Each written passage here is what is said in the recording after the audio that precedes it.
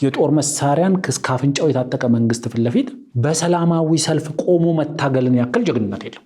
አሁን ያለውን ስርዓት አሸንፈው የስልጣን ወንበር ላይ እንደማይቀመጡ ያውቃሉ።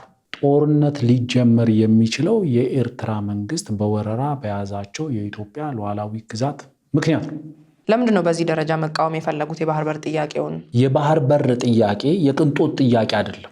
እነሱ በሚያስነሱት የሲኒ ማዕበል ውስጥ ይህን መንግስት መጣል አይቻልም።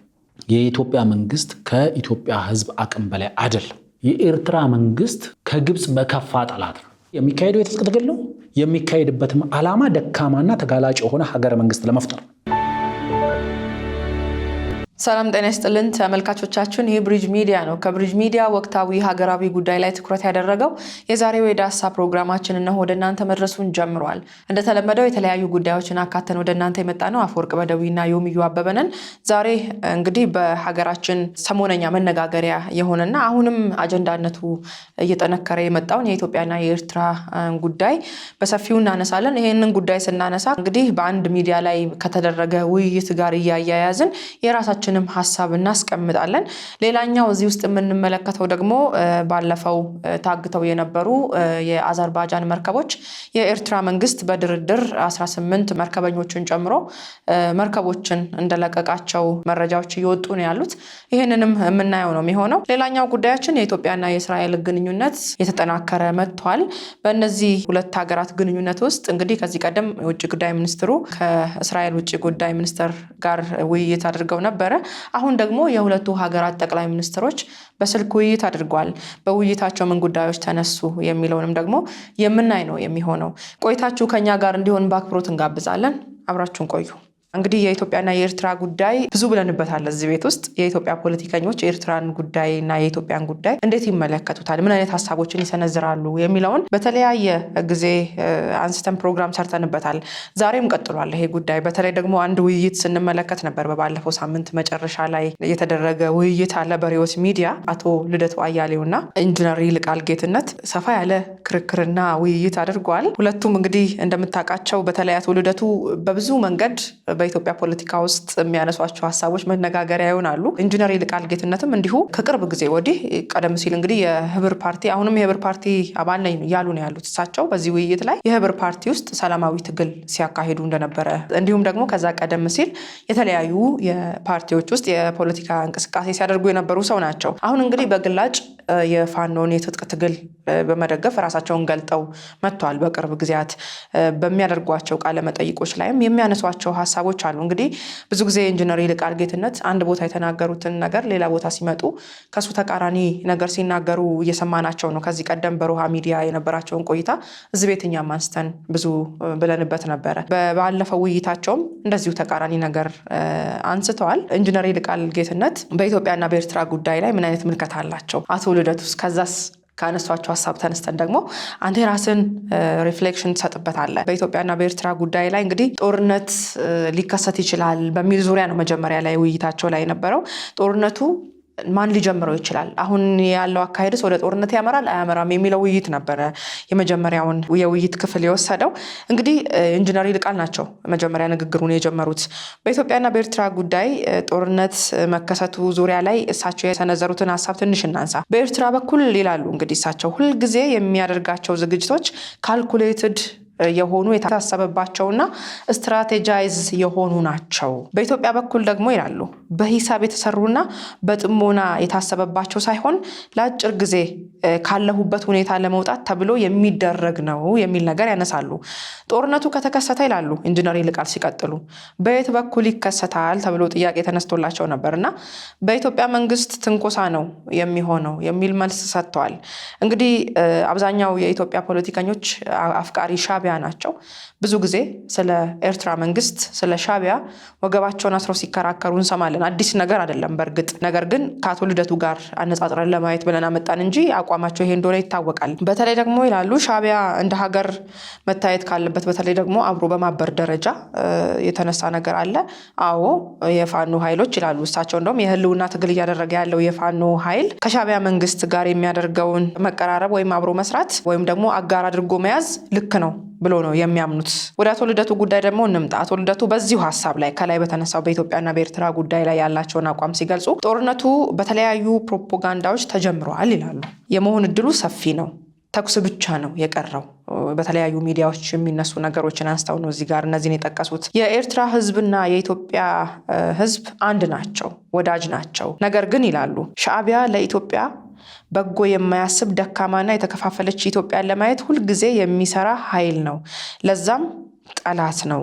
ከሻዕቢያ ጋር በመተባበር የሚመጣ ነገር የለም የሚል ነገር አንስተዋል አቶ ልደቱ። እንግዲህ በሁለቱ ሀሳብ መካከል አንተም የራስህን ትዝብት ታስቀምጣለህ። ኢንጂነር ይልቃል ብዙ ጊዜ ከሻዕቢያ ጋር የሚደረግን ወዳጅነት አጥብቀው ነው የሚደግፉት። በደንብ አስረግጠው አቋማቸውን ሲናገሩ ነው የምንሰማቸው። አቶ ልደቱ ደግሞ እንግዲህ ከታሪካዊ ጠላትነት ጋርም አያይዞ ያነሱት ነገር አለ። እሱን ወደ በኋላ እንመጣበታለን። በዚህ በሁለቱ ሰዎች መካከል ያለውን ሀሳብ እንዴት አየከው የሚለውን እናንሳና ታሪካዊ ጠላት ጋር እንዴት አመጣተው እንደገለጹት ደግሞ እኛ እንመጣበታለን በኋላ ላይ። ረዘም ያለ ውይይት ነው። ተገቢ ብዙ ጥያቄዎች ተነስተውበታል። ብዙ ሀሳቦች ተንሸራሽረውበታል። ጋዜጠኛ ቴዎድሮስ መጠየቅ የነበረበት ጥያቄ ያልጠየቀው ጥያቄ አለ። አቶ ይልቃል ጌትነት ለምሳሌ ጦርነቱ ከተጀመረ በኢትዮጵያ መንግስት ትንኮሳ ምክንያት ነው ጦርነት ሊጀመር የሚችለው የሚል ነገር አስቀምጧል። አቶ ልደቱ አያሌው ደግሞ ጦርነቱ ከተጀመረ የኢትዮጵያ መንግስት በኃይል የተያዘብኝ መሬት አለ፣ ይህን ደግሞ በኃይል አስለቅቃለሁ ብሎ ወይም አሰብን እፈልጋለሁ ብሎ ጦርነት ሊጀመር ይችላል የሚል ምክንያት አስቀምጧል። ስለዚህ እዚህ ውስጥ ለእኔ ጋዜጠኛው በግልጽ ሊጠይቃቸው ይገባ የነበረው ጥያቄ ሁለቱም በአሁኑ ሰዓት የኤርትራ መንግስት በኢትዮጵያ ሉዓላዊ ግዛት ውስጥ አለ ወይስ የለም፣ እዚህ ላይ ምን እምነት አላችሁ ብሎ መጠየቅ ነበረበት። ያልጠየቀበትን ምክንያት ሳልረዳ ቀርቼ አይደለም። ምክንያቱም በተለይ አቶ ይልቃል ጌትነትን ኤርትራ በአሁኑ ሰዓት በኢትዮጵያ ሉዓላዊ ግዛት ውስጥ አለች ወይስ የለችም ተብሎ ቢጠየቁ የሚሰጡት ምላሽ ዋጋ ያስከፍላቸዋል ተብሎ ይታሰባል። ምክንያቱም በተደጋጋሚ ጊዜ ስንል እንደነበረው የኢትዮጵያ ፖለቲከኞች በአሁኑ ሰዓት ላይ የተወሰነ መሰባሰብ፣ የተወሰነ መናበብ፣ መተባበር ለመፍጠር ጥረት እያደረጉ ያለበት ሁኔታ ነው ያለው። ስለዚህ የኤርትራ መንግስት በኢትዮጵያ ሉዓላዊ ግዛት ውስጥ አለ ብሎ ካመኑ አቶ ይልቃል ጌትነት ከኤርትራ መንግስት ጋር ይጋጫሉ ማለት ነው። የለም ካሉ ደግሞ ከህወሓት ጋር ይጋጫሉ ማለት ነው። ስለዚህ በተወሰነ ደረጃ ይሄንን ጋዜጠኛው አቮይድ አድርጎታል። ይሄ ቤዚክ ወይም ደግሞ መሰረታዊ ጥያቄ ነው። ከዛ በኋላ ነው ጦርነት የመከሰት እድሉን ልናወራ የምንችለው። ለምሳሌ የኢትዮጵያ መንግስት እያለ ያለው በተደጋጋሚ በተለያየ መንገድም ቢሆን በቀጥታ ወጥቶ በአደባባይ ባይናገረው ወይ ደግሞ በተለያዩ ባለስልጣናቱ በተናጠል የሚሰጡትን ሀሳቦች መሰረት ካደረግን በተደጋጋሚ ነው የዚህ ቤትም ስለው እንደነበረው ጦርነት ሊጀመር የሚችለው የኤርትራ መንግስት በወረራ በያዛቸው የኢትዮጵያ ሉዓላዊ ግዛት ምክንያት ነው። በእነዚህ ምክንያት ነው ጦርነት ሊጀመር የሚችለው ብዬ ተናግሬያለሁ። ዋናው ነገር አቶ ይልቃል ጌትነትም ሆኖ አቶ ልደቱ የኤርትራ መንግስት በኢትዮጵያ ሉዓላዊ ግዛት ውስጥ መኖሩን በአደባባይ ወጥቶ አይክዱም። ስለዚህ የኢትዮጵያ መንግስት ይህንን ሉዓላዊ ግዛቱን ለማስለቀቅ ወደ ጦርነት ውስጥ ቢገባ የጦርነት ጀማሪ ሊባል አይችልም። ወረራ ተፈጽሞበታል። ትልቁ ችግር የዓለም አቀፉ ማህበረሰብ፣ የአውሮፓ ህብረት፣ የአሜሪካ መንግስት፣ የተለያዩ ዓለም አቀፍ ተቋማት ሳይቀሩ የኤርትራ መንግስት በኢትዮጵያ ሉዓላዊ ግዛት ውስጥ እንደሚገኝና ለቆ እንዲወጣ ተደጋጋሚ ጥሪ አቅርቧል። በቅርብ የተካሄደውን ለምሳሌ የዩናይትድ ኔሽን ሂውማን ራይት ካውንስል የምክር ቤቱ ስብሰባ ላይ በይፋ ሲንጸባረቁ የነበረው አቋም አንደኛው ይሄ ነው። ይሄ አንድ ሀገር ሉዓላዊ ግዛትን በኃይል በወረራ ይዞ መገኘት የጦርነት መነሻ ካልሆነ ሌላ ምንድን ነው ሊሆን የሚችለው ታዲያ? ስለዚህ አንደኛው መታወቅ ያለበት ነገር ይሄ ነው። ስለዚህ ለእኔ እስከሚገባኝ ድረስ ሀሳቦች ተነስተው በዚህ ደረጃ መወያየት፣ መከራከር፣ መሞጋገት ጥሩ ሊሆን ይችላል። ግን በተወሰነ ደረጃ እውነታው ላይ መሰረት ማድረግ ይፈልጋል። እውነታው መሬት ላይ ያለው አብዛኛው ዛሬ የኤርትራ መንግስትን ለማስደሰት የምናደርጋቸው ፖለቲካዊ መሽኮርመሞች የትም አያደርሱ፣ ነገ ዋጋ ያስከፍላሉ።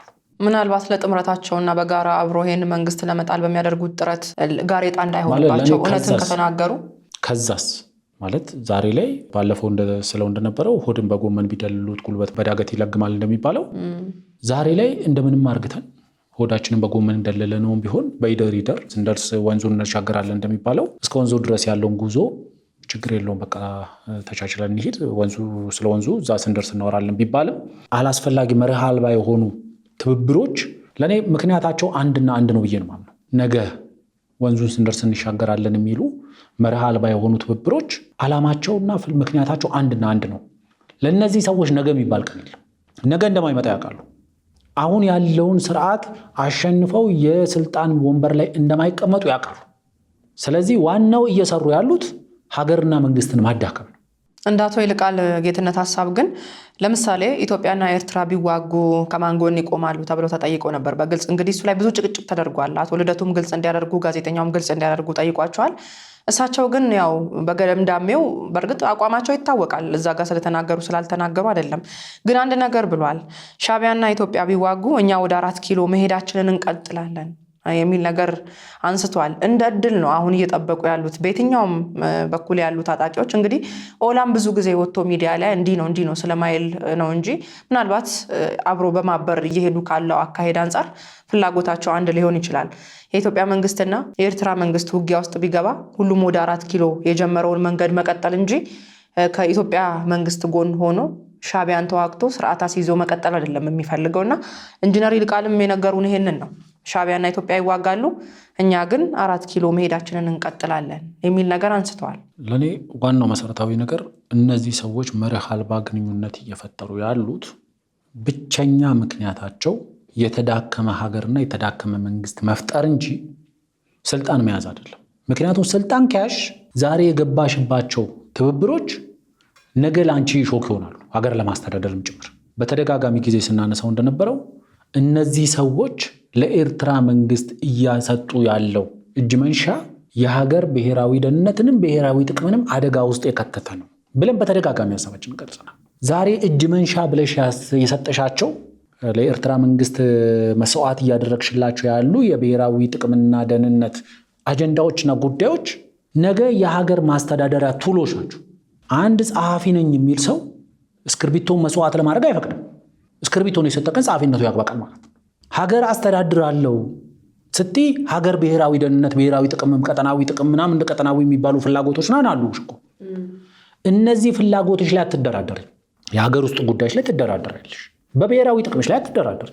የኢትዮጵያ ሕዝብ የኢትዮጵያ ሀገረ መንግስት በቀይ ባህር ላይ ብሔራዊ ጥቅምም የብሔራዊ ደህንነትም ጥያቄ አላት። የኢትዮጵያ ሀገረ መንግስት በወንዞቿ ላይ የብሔራዊ ጥቅምም የብሔራዊ ደህንነትም ጥያቄ አላት። በእነዚህ ላይ አትደራደር። የኢትዮጵያ ኢኮኖሚ ባህር አያስፈልገኝም ወንዞችን አላለማም ብለሽ ድርድር ውስጥ አትገቢ። ዋናው ነገር አሁን በሀገሪቷ ውስጥ ያለው መንግስት የብሔራዊ ጥቅሜንም የብሔራዊ ደህንነቴንም ቀጠናዊ ህልውናዬንም ሉዓላዊነቴንም እያስከበረ አይደለም ብለሽ ከሆነ እንቅስቃሴ እያደረግሻለሽ በእነዚህ ነገሮች እንዴት ትደራደሪያለሽ? ኤርትራ መንግስት በኢትዮጵያ ውስጥ ያለው ኢንተረስት ምንድን ነው? የግብፅ መንግስት በኢትዮጵያ ውስጥ ያለው ኢንተረስት ምንድን ነው? ኢንተረስቶቻቸው እንዴት ነው ማስጠበቅ የሚፈልጉት? ይሄ በግልጽ የሚታወቅ ነው። ክሪስታል ክሊር ሆኖ የሚታወቅ ነገር ነው። ምንም ይሄ የሚሸፋፈን የጨፈገገ የደበዘዘ አይደለም። ክሊን ነው።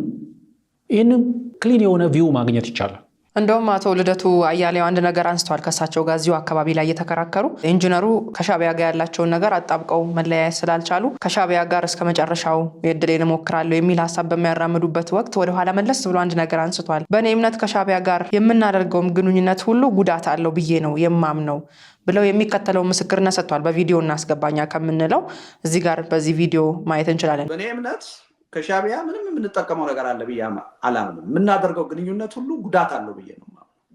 ይሄ በታሪክ ደጋግሞ የታየ ነው። እውነቱን ለመናገር እርዳታ እናገኛለን ብለው አንዳንዶቹ ለኢትዮጵያ እናስባለን፣ በተለይ ለኢትዮጵያ አንድነት ተቆርቋሪ ነን የሚሉ ኃይሎች ሻዕቢያ ጋር ከሰሩ በኋላ የሰጡን ምስክርነት ሁሉ ይሄን ነው የሚያሳየው። እንዳንሞት እንዳንድን አድርጎ ነው የሚረዳን። ኢትዮጵያን እንድንበጠብጥ ነው እንጂ ለውጥ እንድናደርግ አይደለም የሚፈልገው የሚል ምስክርነት ደጋግመው የፋኖ ኃይሎች ሳይቀሩ ሲሰጡ ሰምቻለሁ። እዛ ኤርትራ የነበሩ ሰዎች እና ከዚህ ኃይል ምንም የሚጠበቅ ነገር የለም። የኢትዮጵያን ውስጣዊ ሁኔታ የበለጠ ሊያባብስ የበለጠ ሊያዳክም እስከ ወዲያኛው ከችግር ውስጥ እንዳንወጣ አድርጎ ሊመለስ ይችላል እንጂ ኢትዮጵያውያን ከችግራችን እንድንወጣ ሻዕቢያ ገዶት አስቦ ይረዳናል፣ ይተባበረናል ብዬ አላምንም። እንግዲህ ከዚህ ቀደምም የተለያየ ፍላጎት ያላቸውን ነገር ግን ኢትዮጵያን ለማዳከም የኢትዮጵያን መንግስት ለመጣል የተሰባሰቡ ኃይሎችን አንድ ቦታ ላይ አስቀምጦ ሲቀልም መጠለያ ሲሰጥ ሲያሰለጥናቸው ሲያግዛቸው የነበረ ኃይል ነው። ዛሬም እንደዚሁ ቀጥሏል እዚህ ሀገር ውስጥ። እነሱ ደግሞ ወደዚህ ተሰበው ከመጡም በኋላ እነሱን ማገዝ መጀመሩን አንስተው እነዚህ ኃይሎች ምን አገኙ የሚመስል ነገር አቶ ልደቱ አንስተዋል እና ያ ነገር እንዳይደገም ይመስላል ምስክርነት የሰጡት።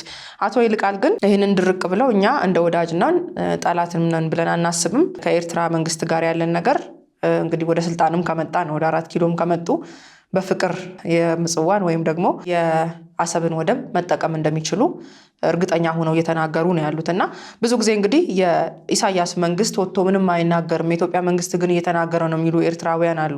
እኛ እንግዲህ የኢሳያስን ፍላጎትም ሆነ የኢሳያስን ሀሳብ የምንሰማው ከነዚህ ሰዎች ነው። ምክንያቱም አንደበቶቹ ስለሆኑ በዛ በኩል የታሰበው ነገር እዚህ ጋር ይመጣል። ይህንንም ነገር አቶ ልደቱ አንስተውት ነበር። ምናልባት እኔ ወደ ሌላ ጉዳይ ሳልገባብህ አንተ ሀሳብህን ጨርሰው፣ አንተ ስላነሳኸው እንደ ማጣቀሻ ይሆነናል ብዬ ነው ይህን ቪዲዮ እንድንጠቀም የፈለግኩት። በጣም ብዙ ጊዜ ሀሳባችን የሰጠንበት ጉዳይ ቢሆንም አሁንም ደግመን ማለት ያለብን ከኤርትራ መንግስት ጋር በመተባበር በመተጋገዝ በኢትዮጵያ ውስጥ ዲሞክራሲን ነፃነትን ማምጣት አይቻልም ብዬ ነው።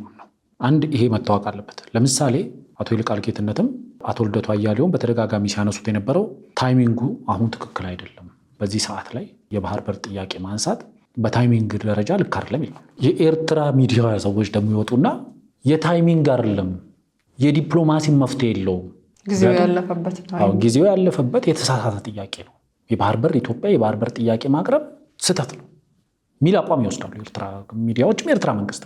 የኤርትራ ሚዲያ በግልጽ ወጥቶ አንዳንዶች ከጠቅላይ ሚኒስትሩ የባህር በር ጥያቄ ጋር የታይሚንግ ልዩነት ችግር ነው ያለባቸው የሚል ሀሳብ ሲሰነዝሩ ትሰሚያለሽ። ምን ማለታቸው ነው? ታይሚንጉ ዛሬ ሳይሆን ነገ ወይም ተነገ ወዲያ ወይ ደግሞ ሀገር ሲረጋ ነው እንጂ አሁን መጠየቅ የለበትም የሚል ነው አቋም ያላቸው እንጂ ጥያቄ አላቸው። ጥያቄ መኖሩ በራሱ ስህተት ነው። የኤርትራ መንግስት በይፋ ወጥቶ የተሳሳተ የዘገየ ተገቢ ያልሆነ ጥያቄ ነው፣ የዲፕሎማሲ መፍትሄ የለውም ይላል። በዚህ ላይ ሀሳብ አይሰጡም እነዚህ ሰዎች። የኤርትራ መንግስት ትላንትናና ከትላንት ወዲያ ብታይ የውጭ ጉዳይ ሚኒስትሩ ኦስማን ሳሌ ካይሮ ነው ያሉት። ከካይሮ ከውጭ ጉዳይ ሚኒስትር በድር አብደላቲ ጋር እና ከፕሬዚደንት አልሲሲ ጋር ተገናኝተው መክረዋል። መግለጫውን ስታዩ ቀይ ባህር ላይ ነን ሊቶራል ማለት እንግዲህ የባህር በሩ አካል ያልሆኑ ሀገራት ተሳትፎን አንቀበልም የሚል መግለጫ ነው ያወጡት። አቶ ልደቱና አቶ ይልቃል ይሄን ይቀበላሉ? ነን ሊቶራል ነች ኢትዮጵያ በታሪክ በኋላ እናየዋለን። ከባህር በር ጋር እንዴት የኢትዮጵያ ታሪክ ግንኙነቱ ምን ይመስላል ምናምን የሚባለውን ሳይሆን ከፍትህ አንጻር፣ ምክንያቱም እኛ ቀይ ባህር ላይ ያለን ጥያቄ ፍትሃዊ ጥያቄ ነው፣ ተገቢ ጥያቄ ነው። አንዳንድ ሰዎች በዚሁ መልሹ ማለፍ የሚኖርብኝ አንዳንድ ሰዎች የባህር በር ጥያቄያችንን ቅንጦት ነው፣ በዚህ ሰዓት ባህር በር መጠየቅ ቅንጦት ነው የሚል ነገር ሲናገሩ ሰማል። በተለይ ፖለቲከኞች ብለን ስፔሲፊክ ብናደርገው በኢትዮጵያ ፖለቲካ ውስጥ ያሉ ሰዎች እንግዲህ ምናልባት እነሱም ወደ ስልጣን ሲመጡ ቅንጦት ሆኖ ይቀራል አይቀርም የሚለውን ከመጡ ለወደፊት ከኖርን የምናየው ነው የሚሆነው። ነገር ግን አብዛኞቹ ለምንድን ነው በዚህ ደረጃ መቃወም የፈለጉት የባህር በር ጥያቄውን? የባህር በር ጥያቄ ቅንጦት ነው ብዬ አላምንም። በማንኛውም ሰዓት ቅንጦት ማለት ሀገር በዚህ አይነት ችግር ውስጥ እያለች $2 ቢሊዮን ያላነሰ ለባህር በር ክራይ መክፈል ነው ቅንጦት ማለት ለኔ። ከዚህ በላይ ቅንጦት የለም። በዚህ ሰዓት እንዴት ባህር በር ይጠየቃል? ነውር ነው፣ ቅንጦት ነው ለሚሉ ሰዎች $2 ቢሊዮንና $2 ቢሊዮን በላይ መክፈልስ ከኤክስፖርት የምናገኘውን ዶላር ሙሉ ለሙሉ ማሟጦም ይበላል የባህር በር ክራይ ክፍያ ነው ወይም ደግሞ የወደብ ክራይ ክፍያ ነው። እሱ ብቻ አይደለም። በእያንዳንዱ ሸቀጥ ጓዳችን ጎድጓዳችን ውስጥ በሚመጣው በምንገበያየው የዕለት ፍጆታ ሸቀጣችን ላይ ቢያንስ ከ20% በላይ የሚሆነው ዋጋ ከባህር ጋር የተያዘ ዋጋ ነው። ይሄ ማለት የ100 ብር ዕቃ ስንገዛ በ80 ብር እንገዛው የነበረውን ዕቃ በ100 ብር እየገዛን ነው። 20 ብር ጭማሪ ለባህር በር የምንከፍለው ክፍያ ነው። እስከ 20% ድረስ የፕራይስ ሼሩ ከባህር በር ጋር ይገናኛል። በሸቀጥ ደረጃ እያንዳንዳችን ጓዳ ውስጥ የመጣ ነገር ነው። ኢምፖርት ስናደርግ ማዳበሪያ አብዛኛው ወጪ ከግዢ ጋር የተያያዘ ቢሆንም ከፍተኛ የሚባል ድርሻ ሪዝነብል የሆነ አማውንት ከወደብና ከወደብ ክራይ ጋር የተያያዘ ነው። አብዛኛው እዚህ ሀገር ውስጥ ያለው ችግር የኢኮኖሚ ችግር ነው፣ የኑሮ ውድነት ነው ብሎ ያወራሉ። በዛው በተመሳሳይ ፕሮግራም ህዝቡን የኑሮ ውድነት መቆሚያ መቀመጫ አሳጥቶታል እየተባለ የኑሮ ውድነቱ አንደኛው ምክንያት 2 ቢሊዮንና ከዛ በላይ የሚያወጣ የዶላር ክፍያ በየአመቱ ለወደብ ክራይ እንከፍላለን። የትኛው ነው ቅንጦቱ? አንድ ደሃ ሀገር በተደጋጋሚ ጊዜ ብያለሁ፣ ከፍተኛ መዋለ ንዋይ የፈሰሰባቸው ወደቦችን ብንሰራ እኛ በአመት የምንከፍለው ክፍያን ያህል ወጪ አያስወጡ። ለምሳሌ በርበራ ፖርት በአፍሪካ ውስጥ እጅግ ዘመናዊ ከሚባሉ ፖርቶች አንዱ ነው። $1 ቢሊዮን በላይ ወጪ አልወጣበትም። የባህር በር ጥያቄ የቅንጦት ጥያቄ አይደለም። የባህር በር ጥያቄ የህልውና ጥያቄ ነው። በተደጋጋሚ ጊዜ ብያለሁ። ሉዓላዊነትሽ ሙሉ እንዲሆን ከፈለግሽ፣ ኢንዲፔንደንት እንዲሆን ከፈለግሽ፣ ዲፌንደብል እንዲሆን ከፈለግሽ ባህር በር ያስፈልግሻል። ባህር በር ያለው ሀገር የተሟላ ሉዓላዊነት ያለው ሀገር ማለት ነው። እስከ ዛሬ ድረስ ሉዓላዊነታችን ዲፌንደብል አልነበረም በተሟላ ደረጃ። የአየር ክልል የምንለው ነገር የለንም። ወጥተን የምንገባበት በሌሎች ጎረቤቶቻችን መልካም ፍቃድ ነው። ከኤርትራ መንግስት ጋር ተኳርፈን ተጣልተን በነበረባቸው 20 ምናምን ዓመታት እኮ ኢትዮጵያ ወደ ተለያዩ ሀገራት የምታደርጋቸው በረራዎችን እኮ አላስፈላጊ ዲስታንስ መዞር ነበረባት። የተሟላ ሉዓላዊነት እንዲኖርሽ መጠየቅ ቅንጦት አይደለም፣ ህልውና ነው። ቅንጦትስ በደሃ ሀገር አቅም በደሃ ህዝብ አቅም $2 ቢሊዮን እና ከዛ በላይ ወጪ እያወጡ ባህር በር መከራየት ነው ቅንጦት ማለት። ቅብጠት ማለት ይሄ ነው እንጂ የታይሚንግ ችግር አይደለም። በማንኛውም ሰዓት በተደጋጋሚ ጊዜ ብለናል።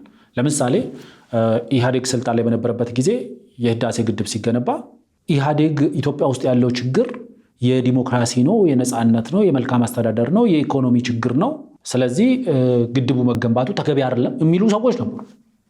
ቅንጦት ነው፣ ቅብጠት ነው።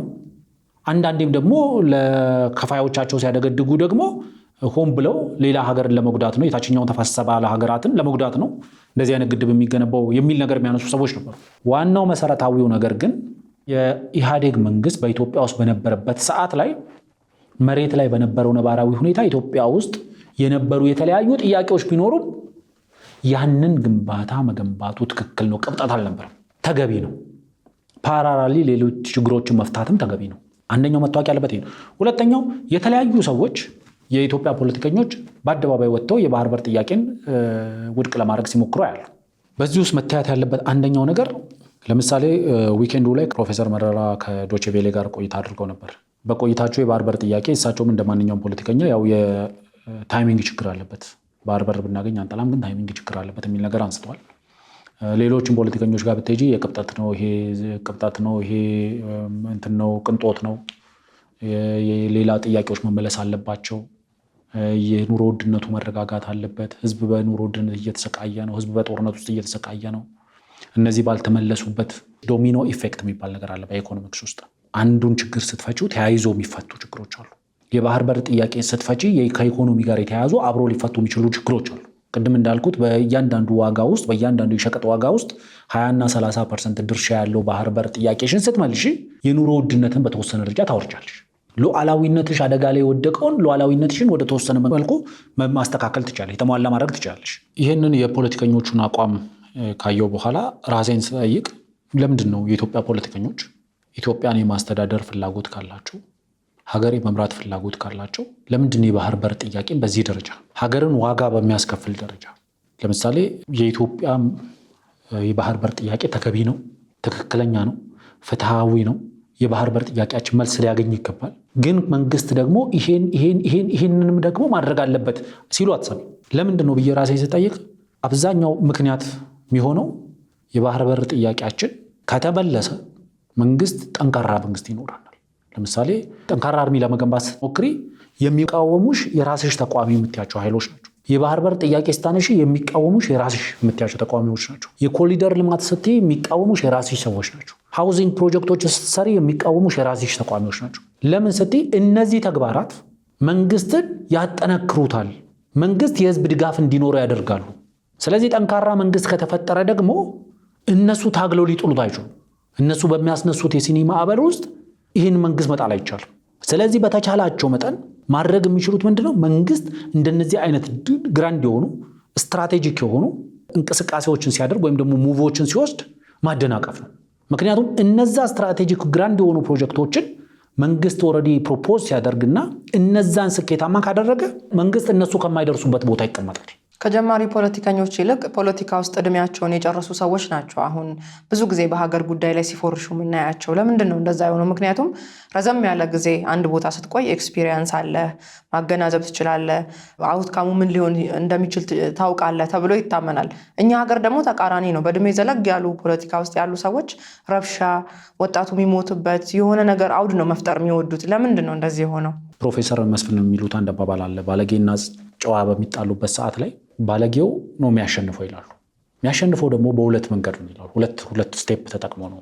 አንደኛው ስቴፕ ትልቁን አቅሙን የሚያስጨርሰው ያንን ጨዋ ሰው በባለጌነት ሌቭል ላይ ማምጣት አለበት፣ ጎትቶ ማውረድ አለበት፣ ጠንካራውን ደካማ ማድረግ አለበት። ከዛ በዛ ሌቭል ካወረደው በኋላ የሚያሸንፈው በልምድ ነው ይላሉ። በልምድ በልጦ ስለሚገኝ የስድብ የበላይነት ይወስዳል፣ የመደባደብ የበላይነት ይወስዳል። ምክንያቱም በሱ ሌቭል አውርዶሻላ። የእኛ ተቃዋሚዎችም ጠንካራ ሆነው ራሳቸውን አጠንክረው ጠንካራ መንግስትን ከመጣል ይልቅ ራሳቸውን ለማጠንከር ከመጣር ይልቅ መንግስትን በማዳከም መንግስትን ጎትቶ በእነሱ የደካማነት ሌቭል ላይ በማውረድ ዴን በደካማነት ልምድ ማሸነፍ ነው የሚፈልጉት። አብዛኛው የሚጋጋጠው ለዚህ ነው እንጂ ይሄ ሀገርን በትክክለኛ መንገድ ዲሞክራሲና ነፃነት የምትፈልጊ ከሆነ አፋልጉኝ፣ ከኤርትራ መንግስት ጋር አትወጭም። ልማት የምትፈልጊ ከሆነ ከኤርትራ መንግስት ጋር አትወጭም። አፋላጊነት ልማትን ፍለጋ የምትወጪ ከሆነ የባህር በር ፍለጋ የምትወጪ ከሆነ ከኤርትራ መንግስት ጋር አይደለም ባህር በር ፍለጋ የምትወጪ ማለት ፎር ደ ሪከርድ ብሎ እየነገረሽ ያለ ነገር እኮ አለ። የባህር በር ጥያቄያችሁ የተሳሳተና የዲፕሎማሲም የጦርነትም መፍትሄ የሌለው ነው ብሎ ነግሮሻል። በቃ አልቋል። የታይሚንግ ችግር አይደለም ከኤርትራ መንግስት ጋር። እንደ ማንኛውም ጀነረስ ሆኖ እሱ ነው የሚነግርሽ። እንደ ማንኛውም ሀገር ከጅቡቲ ከሶማሊያ ወር ከኬንያ ወር ከሱዳን ልታገኙ እንደምትችሉት ተከራይታችሁ ልትጠቀሙበት የምትችሉት ወደብ ነው ከኔ ማግኘት የምትችሉት። የባህር በር ምናምን የሚባል ጥያቄ ማንሳት አትችሉም፣ ተገቢ አይደለም እያለ እየነገረሽ ከሱ ጋር ተባብረሽ የምትፈልጊው የሉዓላዊነት፣ የነፃነት፣ የዲሞክራሲ፣ የሰላም፣ የልማት የሚባሉ ነገሮች አሉ።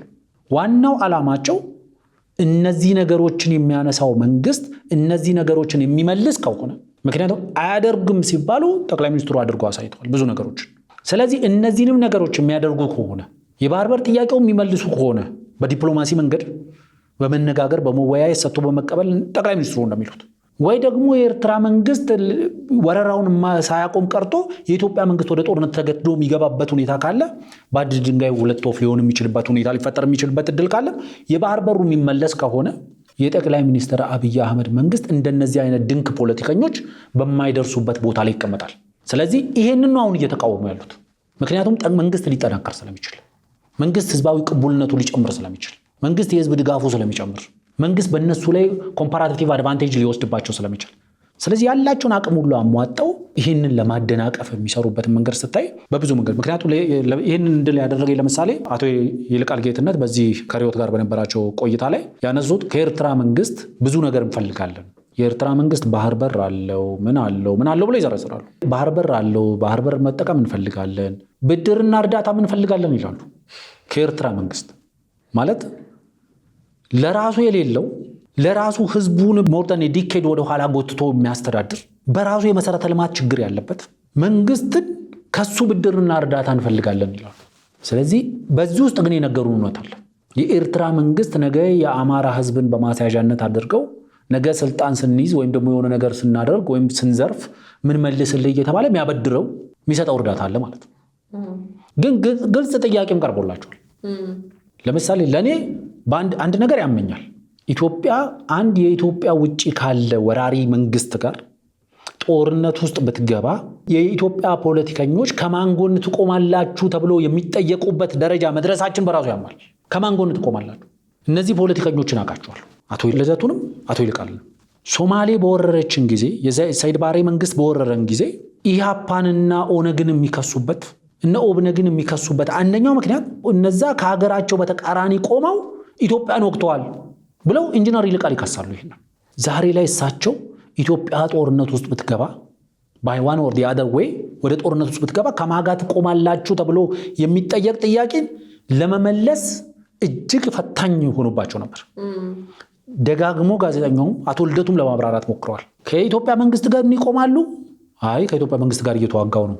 ገለልተኛ ይሆናሉ። እንዴት ገለልተኛ ሆናለሁ? ከኤርትራ መንግስት ጋር ይቆማሉ። እንዴት ከኤርትራ መንግስት ጋር ይቆማሉ? የራሴን ውጊያ ቀጥላል። ስለዚህ የራስዎትን ውጊያ ቢቀጥሉ ከሆነ ገለልተኛ ነው። እንዴት ገለልተኛ ስባላለሁ?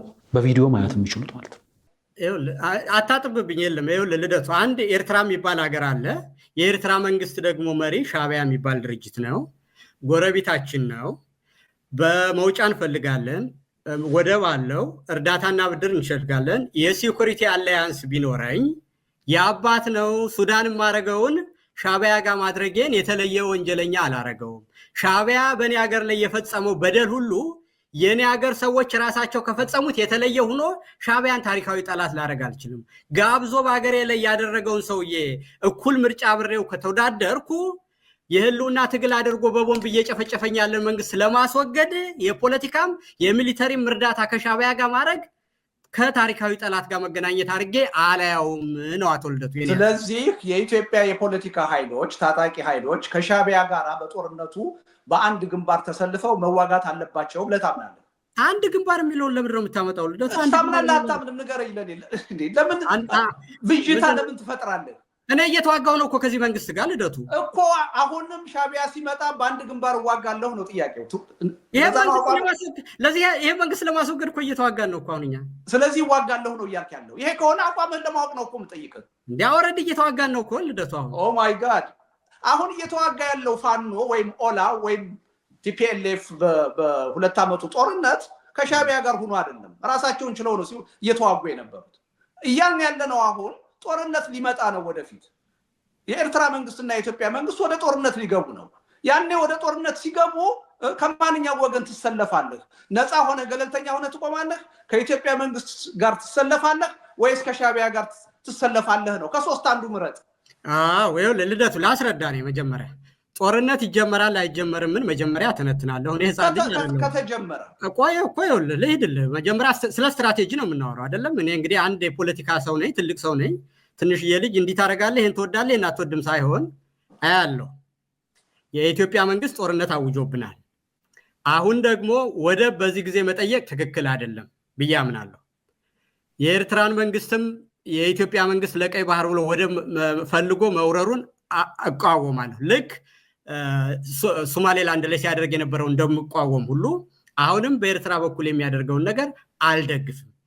በሌላ ወገን ደግሞ ሻዕቢያ የኢትዮጵያን የሚወርበት አሁን ባለው ሁኔታ ምንም ምክንያት የለው። ትንሽ ሀገር ነው፣ ደጋግሜ እንዳልኩት የኢትዮጵያን መንግስት ወሮ ቀይ ግዛት መያዝ አይችልም። ኢትዮጵያ ትልቅ መንግስት ነው፣ ያን አስወግዶ ሌላ መንግስት ተካለው ብሎ ራሱ ጦርነት ሊያውጅ አይችልም። ሊሆን የሚችል ነገር ካለ የሌሎችን ቅጥረኝነት ተቀብሎ ወደብ አመጣለሁ ብሎ ሊዋጋ ያለው አብይ ነው። ያን ሲያደርግ ደግሞ አብይን ከጀርባ ወገዋለሁ። ከሻዕቢያም የሚያስፈልግ የሚሊተሪና የመግቢያ መውጫ መንገድ ካለ እገናኛለሁ። ይህን ማድረጌ ትክክል ነው። የኢትዮጵያን መካድም መጥላትም ከጠላት ጋር መገናኘትም አድርጌ አላያውም። ነገር ግን ይህንን ነገር ስናገር የኢትዮጵያ መንግስት የሻዕቢያን መንግስት ጋብዞ በኢትዮጵያ ውስጥ ለተሰራ ወንጀል ሁሉ ተጠያቂነት እንዲኖር ማድረጉም ትክክል እንዳልሆነ ተቃውሜያለሁ። ያንንም አቋሜን ስታንድ ባይ ዛት ምንም ጸጸት የለብኝም። በሙሉ ልብ ነው የተናገርኩት። አሁንም እናገረዋለሁ። እንደውም የኤርትራ መንግስት እንዲህ አይነት መንግስት መሆኑን አላቅም ነበር ብዬ ነው በዛን ጊዜም የተናገርኩት። ትልቅ ልብ ያለው አገሪቷ ጠባው ፖለቲካ የሚያውቅ ይመስለኝ ነበር እንጂ እንደዚህ አይነት ሁማኒታሪያን የሆነ ነገር ያደርግ መሆኑን አልገምትም ነበረ ብዬ ነው የተናገርኩት። ከሶስቱ ውጭ መሆን አይቻልም። አሁን ኢትዮጵያ ውስጥ ጦርነት ከፈነዳ ከሶስቱ ውጭ መሆን አይቻልም። ወይ ከኢትዮጵያ መንግስት ጋር መቆም ነው፣ ወይ ገለልተኛ መሆን ነው፣ ራስን ችሎ መቆም ነው፣ ወይ ከሻዕቢያ መንግስት ጋር መቆም ነው። አሁን እያልክ ያለው ከሻዕቢያ መንግስት ጋር መቆም ነው ወይ ነው? ይሄን ግልጽ ማድረግ ለምን ፈራ? ይሄ ለእኔ ሃይፖቴቲካል ጥያቄ ነው። ግን በፋኖ ሳይዱ ነን፣ ወደ አዲስ አበባ መትመማችንን እንቀጥላለን። ይሄ ከሆነ እኮ ባይ ዲፎልት ተዋጋ ነው ማለት ነው። እኔ እንዴት ለምንም ጥያቄ እንደሚሆን ይሄ አሁን እኔ ሆነ እሱን እኮ ይኸውልህ፣ አሁን ይልቃል በኔ ሞት በደንብ አዳምጠኝ። ከጀርባ ሆነ ትላለህ። እንኳን ከጀርባና በግልጽ በፊት ለፊት እየተዋጋችሁት አይደለ እንዴ? አሁን የኢትዮጵያን መንግስት እሱ እኮ ግልጽ ነው። ከጀርባ መሆንም አያስፈልግም እኮ። ታዲያ ጥያቄው ያለው ከሻዕቢያ ጎን ትቆማለህ አትቆምም ነው። ጦርነቱ በሁለቱ መንግስታት መካከል ሲቆም ምን ላደርግ ይችላል? አሁን ከምናደርገው የተለየ ምን እናደርጋለን? ልደቱ እኔ እኮ ይኸውልህ አሁን ጥያቄውን በጥያቄ ከምትመልሰው አዎ ወይም አይደለም ብትለኝ እኮ ይቆማል። በጣም ገረመኝ። ምን እንድናደርግ ነው አንተ የምትጠብቅ? እስቲ አሁን ምን ይሆናል ብለህ ታስባለህ? አንተ ራስን ልጠይቅህ እስቲ። ሻዕቢያ አሁን ጦርነት ፕሬም ታረገ በሉ እናንተ እንደምትሉ ለኔ ሃይፖቴቲካል ነው። የምናደርገው ነገር ሁሉ አዋጭነቱን አይቶ እንደሚደረግ አውቃለሁ። እኔ ስለ አቋም ነው እንጂ ወታደርም አይደለሁም። እጄም የምዋጋበት ነገር የለም። ግን አቋሜን ኦነስት እና ክሊር መሆን ስላለብኝ ነው እኔ የማደርገው። አሁን እኮ እሱን አልሆንክም እኮ እኔ እንድትሆን እሱን እንድታሳይ ነበር የፈለግኩት። አንተ ግን ትሸሸዋለህ። ምንም አይሸሽም ነገር በእውነት እኔ ካልሸሸኸው በግልጽ ከሶስት አንዱ ምረጥ። ከሻዕቢያ ጋር ነው የምቆመው ወይ ገለልተኛ ነው የምንሆነው ወይ ከኢትዮጵያ መንግስት ጋር ነው የምንቆመው። ክሊር አሁን የምናደርገው ነው የምናደርገው። አሁን የምታደርገውን ከሆነ ከሻዕቢያ ጋር ሆነ እየተዋጋ አይደለም ገለልተኛ ነው የምትሆነው ማለት ነው። እንዴት ነው ገለልተኛ ይሆናል? አንድ መንግስት በሁለቱ አሁን እኔ እስከማውቀው ድረስ ፋኖ እየተዋጋ ያለው በራሱ ነው። የሻዕቢያ መንግስትን እርዳታ አግኝቶ ወይም ከሱ ጋር ተባብሮ አይደለም አሁን እየተዋጋ ያለው። ቢያገኝ አይጠላም ነው የምልህ እኔ ግን እኮ። ስለዚህ ጦርነቱ ቢነሳ አብሬ እቆማለሁ የሚለውን በግልጽ ለምን አትናገረውም? ለምን ትፈራዋለህ? አይ ቲንክ ይልቃል እያለ የሚመስለኝ በቃ ከሻዕቢያ ጋር የወታደራዊ ቅንጅት ማድረግ አያስፈልገኝም፣ ከሱ ጋር የዘመቻዬን ማናበብ አያስፈልገኝም፣ እያረኩ ያለሁትን እቀጥላለሁ፣ አሁንም ማረገውን እቀጥላለሁ ነው። እሱ ገለልተኝነት አቋም ነው ማለት ነው። እቀጥላለሁ፣ ችግር የለም። እሺ አብራችሁን ስላላችሁ በጣም እናመሰግናለን። ይሄ ገለልተኝነት አይደለም፣ ይሄ ገለልተኝነት አይደለም እንዴ! ገለልተኝነት የሚባለው ስለዚህ ከሻዕቢያ ጋር መቆም ነው። ገለልተኝነት አይደለም። እሺ ማለት ስለዚህ አረጋው አንድ ነው ገለልተኛ ነኝ ካልኩ የኢትዮጵያ መንግስት አጥቅጦታል፣ አንድ አካል ሌላ ጠላት መጥቶበታል።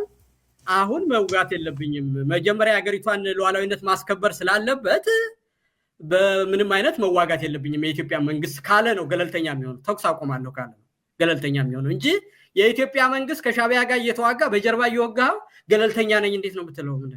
ከዚህ በፊት መንግስት ጋር ያዳምጠኝ ሀገር እኮ ጦርነት ላይ ገባ ሌላ ሀገር ጋር ልደቱ እና በኋላ እየተወጋው ገለልተኛ እንዴት ይባላል? ይልቃል አሁን የኤርትራ መንግስትና የኢትዮጵያ መንግስት የጦርነት ዛቻ ላይ ናቸው፣ ዝግጅት ላይ ናቸው። ፕራክቲካሊ እየተዋጉ አይደሉም። አሁን ባለው ተጨባጭ ሁኔታ ኦላ ምን በለው ፋኖ ምን በለው እየተዋጉ ያሉት በራሳቸው መንገድ ነው። ከኤርትራ መንግስት ጋር ተባብረው አይደለም። የተባበሩት ነገር ካለ እናንተ የምታውቀው እኔ የማላውቀው ነገር ካለ ንገረኝ። እኔ እስከማውቀው ድረስ ፋኖ በራሱ ነው እየተዋጋ ያለው። እውነት በቃ ይሄን መቀጠል ማለት እኔ ከኤርትራ ጋር መተባበር ማለት አይደለም። ጦርነቱ ቢነሳም እኔ ከኢትዮጵያ መንግስት ጋር በራሴ መዋጋትን ነው የምቀጥለው ካልክ ያ አንድ አቋም ነው። አይ ሪስፔክት ዛት። አሁን ግን እየተባለ ያለው ጥያቄውም ቅድም የመጣው ጦርነት ከተነሳ በሁለቱ መንግስታት መካከል ከማን ጋር ትቆማላችሁ ነው። ለዚህ ሶስት አማራጭ ነው ያለው። ከዛ እኔም አንተም ከሶስቱ አማራጭ ውጭ መሆን አንችልም። እኔም ልደቱ ግልጽ ለምን እንዳልሆነልኝ እንጂ አሁንም ለመጨረሻ ጊዜ ብለው አንድ የሀገሬ መንግስት በእኔ በአት ኖርማል ሰርከምስታንስ ቢሆን ሌላ መንግስት የውጭ ሀገር መንግስት ፕሪኤምፕቲቭ ስትራይክ ሲያደርግበት ወይ ከራሱ ጋር ብችል አገሬ ነውና በናሽናል ሲክስ ስሜት ከምንም ነገር ስለማይበልጥ ጦር ያነሳሁት ለአገሬ የተሻለ ነገር ለማድረግ ነው እንጂ ሻዕቢያ ሲወጋው ዝም ብያለሁ ብዬ ከኢትዮጵያ መንግስት ጋር መዋጋት ባልችል ደግሞ ጦርነቱን አቁሜ የኢትዮጵያ መንግስት መጠበቅ ስላለበትና መኖር ስላለበት በውጭ ሀገር መወረር ስለሌለበት ማቆም ነው። ሻዕቢያን አለመተባበር ማለት ለኔ የሚገባኝ ማለት ነው። እኔ በሆነ ነው በእናትህ።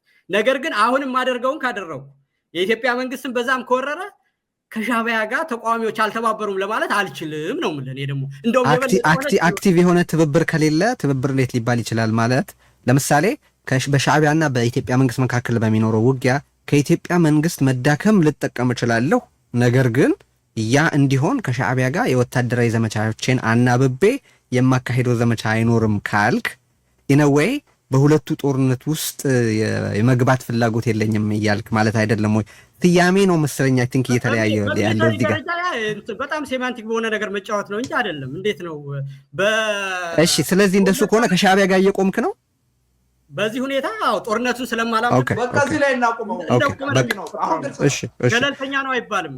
እሺ አይ ሀገር ተወራ ጦርነት ካላቆመ ኢትዮጵያ ውስጥ ያለ ኃይል ሻዕቢያ እንደደገፈ ነው መታየት ያለበት ማለት ነው። እሺ ማለት ነው። በዚህ ደረጃ ራስን ማዋረድን ምን አመጣ?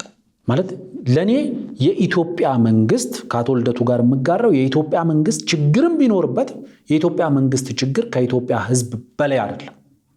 የኢትዮጵያ ህዝብ ሊፈታው ይችላል። በሰላማዊ መንገድ በሰላማዊ ትግል ሊፈታው ይችላል።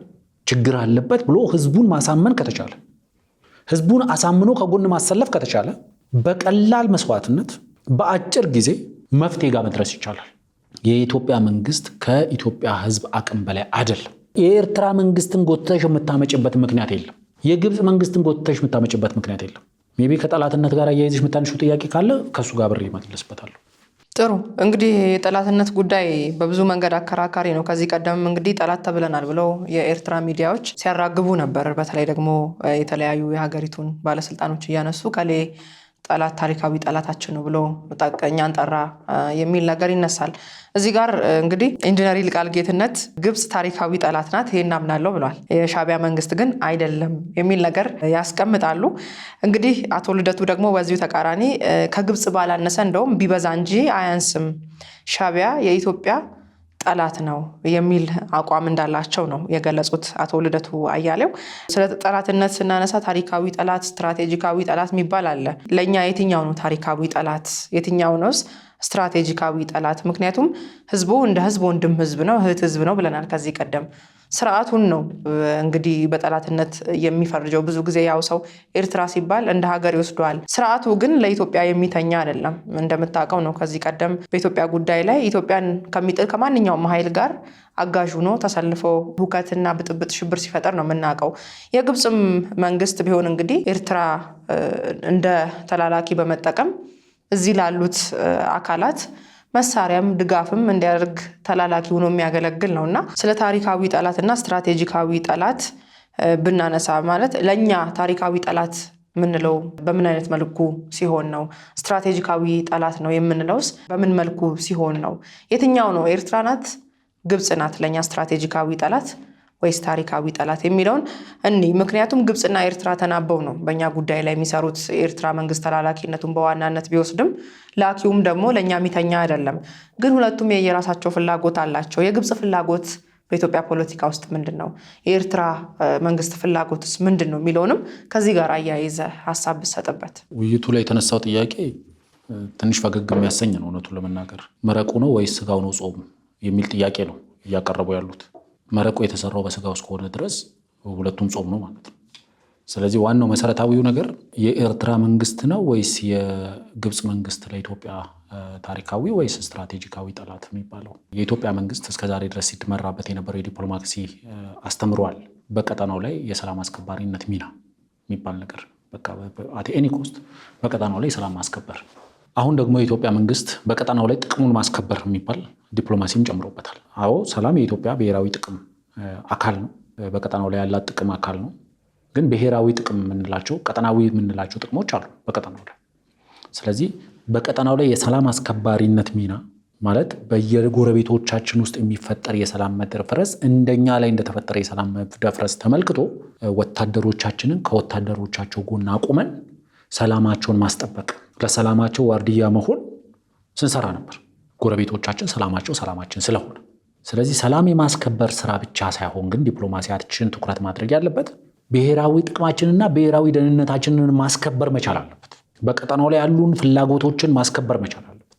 ስለዚህ የትኛውም ሀገር በቀጠናው ላይ ያለውን ብሔራዊ ጥቅሙን ለማስጠበቅ የሚያደርገውን እንቅስቃሴ በማንኛውም መንገድ የኢትዮጵያ መንግስት መደገፍ አለበት።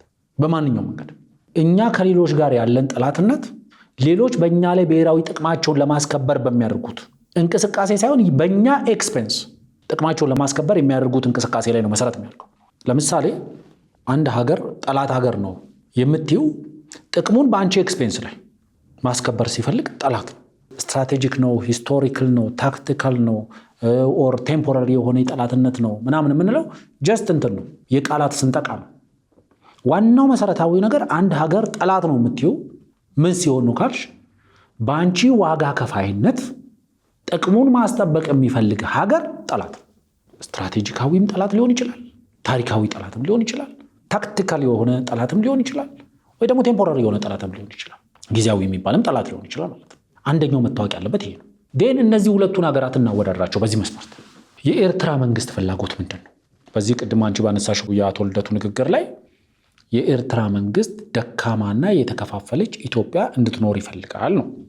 የኤርትራ መንግስት ፍላጎት ይሄ ነው። ከአቶ ልደቱ ጋር ብዙም በዚህ የሚያጋጭ ነገር የለም። ይሄ የኤርትራ ፍላጎት የኤርትራን ህዝብ ይጠቅመዋል። ደካማ፣ የተከፋፈለች፣ የደህየች፣ የታፈነች፣ የታሰረች፣ በጦርነት ውስጥ የምትዳክር ኢትዮጵያ ለኤርትራ ህዝብና መንግስት ትጠቅማለች ማለት እኛ ጦርነት ውስጥ፣ እኛ ድህነት ውስጥ፣ እኛ መከፋፈል ውስጥ መኖራችን ለኤርትራ ህልውና አስጠብቃ እንድትሄድ ያስችላታል። በእኛ ኢኮኖሚ መረጋጋት ውስጥ ለምሳሌ ጅቡቲ ታተርፋለች አይደል? ስለዚህ ጅቡቲ የእኛን ኢኮኖሚ በከፍተኛ ደረጃ ቡስት እንዲያደርግ ትፈልጋለች። የኢምፖርት ኤክስፖርት ዲማንዳችን ከፍተኛ እንዲሆን ትፈልጋለች። የፖርት መጠቀም አቅማችን እንዲጨምር ትፈልጋለች። ምክንያቱም በእኛ እድገት ውስጥ ታተርፋለች። ጅቡቲ ለእኛ ስትራቴጂክ ፍሬንድ ነች። ለእሷ ማደግ የእኛ ማደግ አስፈላጊ ነው። ሀያላን የሚባሉ ከ10 ያላነሱ ሀገራት ጅቡቲ ውስጥ ሚሊተሪ ቤዝ ከፍተው ስራ ይሰራሉ። በድምር ለጅቡቲ መንግስት የሚያስገቡትን ገቢ ከኢትዮጵያ ጋር ብታወዳደሩ እዚህ ግባ የሚባል አይደለም። የኤርትራ መንግስት ፍላጎቱ የደከመች፣ የደቀቀች፣ የተከፋፈለች፣ በድህነት ውስጥ የምትዳክር፣ በጦርነት ውስጥ የምትዳክር ኢትዮጵያ ከሆነች ምን ይጠቅመዋል የሚለው ጥያቄ ይመጣል። ምን ይጠቅመዋል? የኤርትራ መንግስት የለማች ኢትዮጵያ ብትኖር፣ የወደብ ፍላጎት ያላት ኢትዮጵያ ብትኖር፣ የበለጸገች ኢትዮጵያ ብትኖር ለኤርትራ ህዝብ ይጠቅማል። ምክንያቱም ብዙ ነገር ከነሱ ጋር እንካፈላለን። ዜጎቻቸው ለስራኛ ጋር ይመጣሉ፣ በወኪንግ ዲስተንስ ላይ ስላሉ ማለት ነው። ሰላማዊ ትብብር ቢኖርም በመካከላችን ይጠቀማሉ። ስለዚህ የኤርትራ መንግስት ፍላጎት የምንለው የመዳከም፣ የደቀቀች፣ የደህየች፣ የተከፋፈለች ኢትዮጵያ ከሆነ ይሄ የኤርትራን ህዝብ አይጠቅምም። ኤርትራ እንደ ሀገር አይጠቅማትም። ሰላሟ የተናጋ ኢትዮጵያ ሰላሟ መናጋቷ ለራሷ ይዛው አትቆይም፣ ዲፊውዝ ያደርጋል። ላይክ የሱዳን ጦርነት ለምሳሌ ወደ ኢትዮጵያም ወደ ኤርትራም እኮ ዲፊውዝ አድርጓል። ወደ ግብፅም ዲፊውዝ አድርጓል። በዛ በኩል ቻድም እኮ ዲፊውዝ አድርጓል። ኢምፓክቱ ማለት ነው። ስፒል ኦቨር ኢፌክት አለው። ስለዚህ የኤርትራ መንግስት የተዳከመች ኢትዮጵያን የሚፈልገው ለኤርትራ ህዝብ አይደለም ማለት ነው። እሺ ግብፅስ ምንድን ነው የምትፈልገው? ደካማ፣ የተከፋፈለች፣ ያልተረጋጋች፣ ኢኮኖሚክ ኢንስታቢሊቲ የሌለበት፣ ኢኮኖሚ እድገት የሌለበት፣ ፍላጎቶቿ ሁሉ የተገደቡ፣ የማድረግ አቅሟ ሁሉ የተገደበ ኢትዮጵያ ነው የምትፈልገው። ለምንድን ነው እሷ ሲሄን የምትፈልገው? በእኛ ሰላም ስፒል ኦቨር ኢፌክት ወደ ግብፅ አይሄድም። የእኛ ኢኮኖሚ ስፒል ኦቨር ኢፌክት ወደ ግብፅ አይሄድም። በፍላጎት ደረጃ በአስመራው መንግስትና በካይሮ መንግስት መካከል ተመሳሳይ ነው። ሁለቱም ደካማ፣ ተከፋፈለች፣ በሰላም እጦት ያለባት፣ የኢኮኖሚ ፍላጎቷም የማድረግ አቅሟም የተወሰነች ኢትዮጵያን ይፈልጋሉ። የፍላጎት አንድነት አለ። ግን ይሄንን ለምን ይፈልጋሉ ስቲ የአስመራው መንግስት ለኤርትራ ህዝብ ብሎ አይደለም የሚፈልገው። የካይሮ መንግስት ግን ለግብፅ ህዝብ ብሎ ነው ይሄን የሚፈልገው፣ ደካማ ኢትዮጵያ። ምክንያቱም ብዙም መሸፋፈን የሌለብን የግብፅ ኢንተረስት ከኢትዮጵያ ጋር ውሃ መሰረት ያደረገ ኢንተረስት ነው። ኢትዮጵያ ወንዞቿን መጠቀም የምትችለው ደግሞ ወይም ደግሞ ቱ ማክሲመም ሌቭል መጠቀም የምትችለው ወይም ደግሞ የውሃ ሀብቶቿን መጠቀም የምትችለው ኢኮኖሚያ የተረጋጋ ሲሆን፣ ሰላሟ የተረጋጋ ሲሆን፣ አንድነቷ የተረጋጋ ሲሆን ውሃን ተጠቅማ የመልማት ፍላጎቷ ከፍተኛ እየሆነ ይመጣል። ተወደደም ተጠላም ለግብፅ መንግስት ዋስትና ልንሰጠው ማንችላቸው ነገሮች አሉ።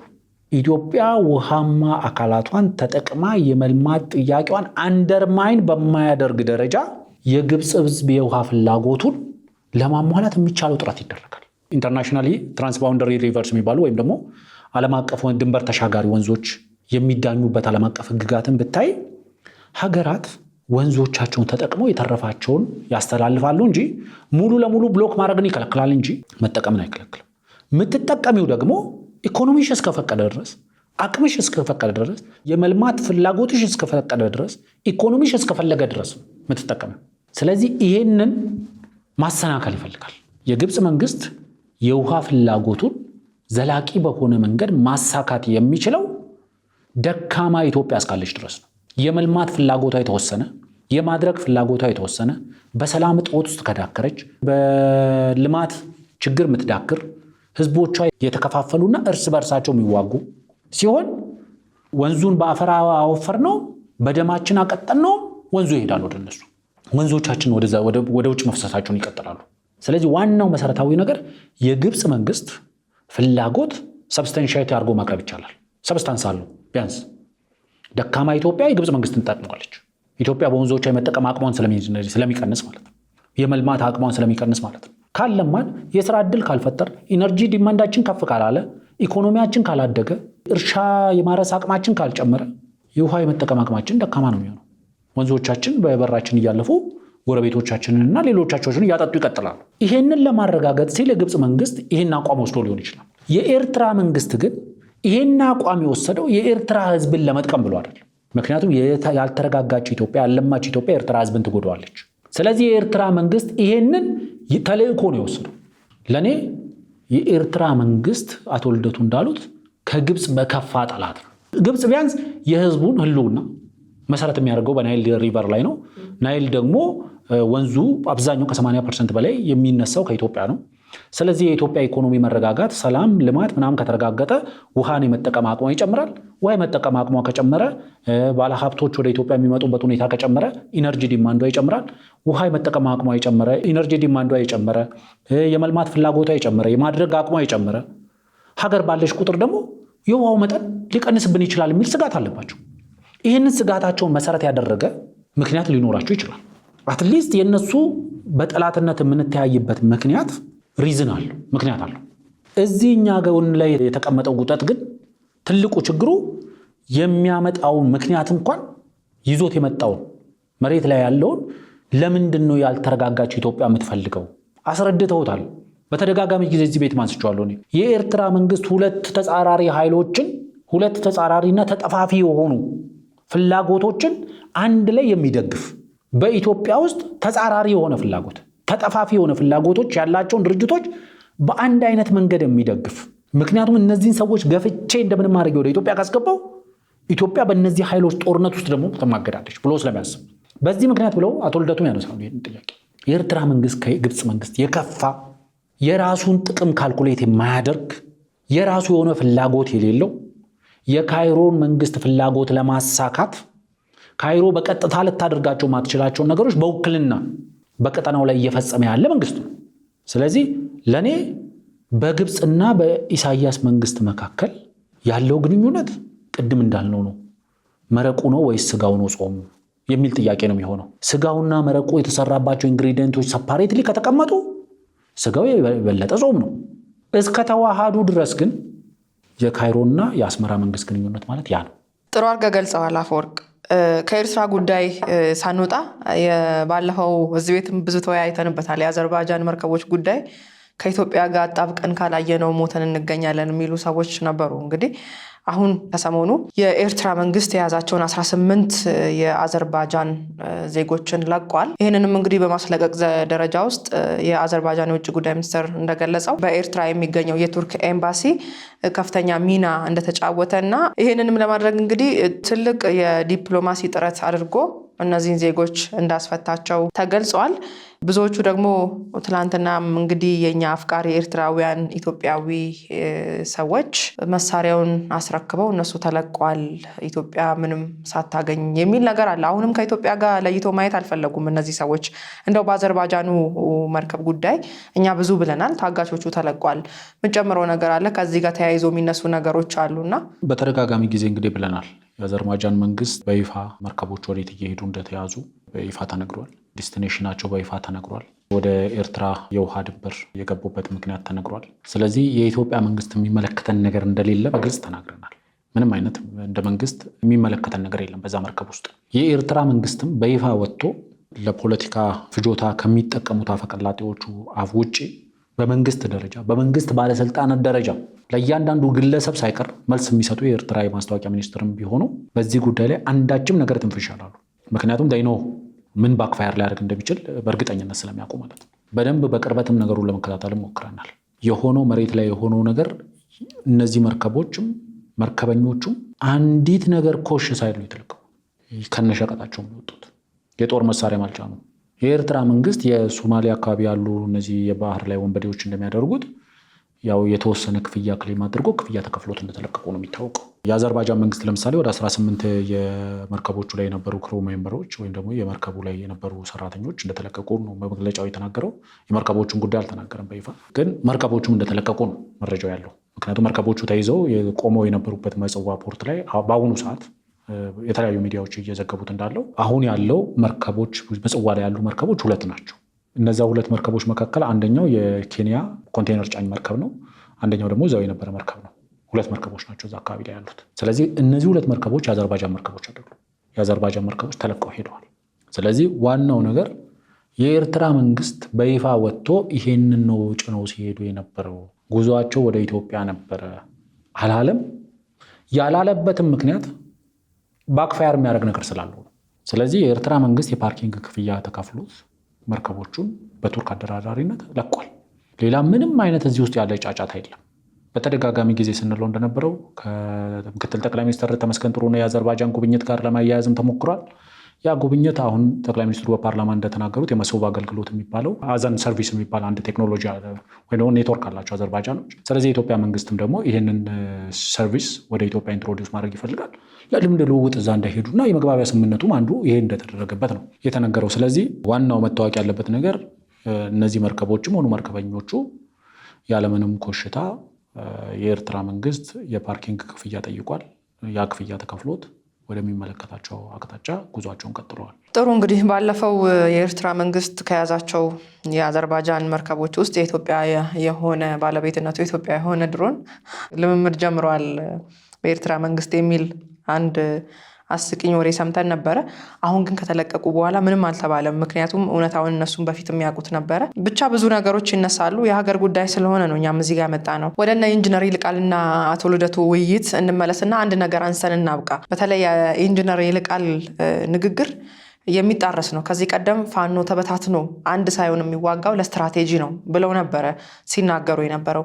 ዛሬ ደግሞ እንግዲህ የፋኖ አንድ አለመሆንና ወደዚህ አለመምጣት ትግሉ እንደጎተተው ሲናገሩ እየሰማናቸው ነው ያለ ነው። ስለ ፋኖ ጉዳይ ያነሱትን እናንሳ። ፋኖ ለስልጣን አይደለም የሚዋጋው ለህልውናው ነው የሚል ነገር አንስተው ከአቶ ልደቱ ጋር በጣም ተከራክረዋል። እንደውም ከዚህ ቀደም የፋኖ አመራሮች ወጥተው እኛ ለቅድስና አይደለም ለስልጣን ነው የምንዋጋው የሚል ነገር ግልጽ አድርገው አስቀምጠዋል። እንግዲህ ሁሉም ሰው ለስልጣን ነው መሳሪያ አንግቶ ጫካ ለጫካ በረሃ ለበረሃ እየተንከራተተ ያለው ነገ በተስፋ 4 ኪሎ ወይም ደግሞ ክልሌን አስተዳድራለሁ በሚል ስለሆነ ይሄን ከስልጣን ለይተን አናየውም። በዚህ ላይ ብዙ ተጨቃጭቋል። የተወሰኑ ነጥቦችን እናንሳና የነሱ ውይይት ላይ ከዚህ አንጻር የተነሱ ጉዳዮችን እንዴት ትቃኛቸዋል የሚለው ላይ እንግዲህ የትግል ስልት ሰላማዊና የትጥቅ ትግል የሚል ነገር አለ። አቶ ይልቃል ከሰላማዊ ትግል ወደ ትጥቅ ትግል ሽፍት እንዳደረጉ ተናግረዋል። ያው የትጥቅ ታጋዮችን እየደገፉ ነው ያሉት። ነገር ግን አሁንም ህብር የሚባል ፓርቲ ውስጥ አለሁኝ አባል ነኝ የሚል ነገርም አንስተዋል። ፓርቲው በሰላማዊ መንገድ ይታገላል፣ እሳቸው ደግሞ ታጣቂ ኃይል እየደገፉ ያሉበት ሁኔታ ነው ያለው። አቶ ልደቱ ደግሞ እንግዲህ በሰላማዊ ትግል እንደሚያምኑ ከዚህ ቀደምም በተለያዩ በሚያደርጓቸው ቃለ መጠይቆች ላይ ሲናገሩ እንሰማለን። ዛሬም በዛው አቋም ነው የመጡት። ኢንጂነር ይልቃል አንድ ነገር አንስተዋል። ይሄን ተከትሎ የፋኖ ትግል የትጥቅ ትግል አይደለም፣ ራስን መከላከል ነው እያደረገ ያለው የሚል ነገር አንስተዋል። ፋኖም የሚያደርገው ትግል ጠመንጃ ያለበት ህዝባዊ እምቢተኝነት እንደሆነ አምናለሁ።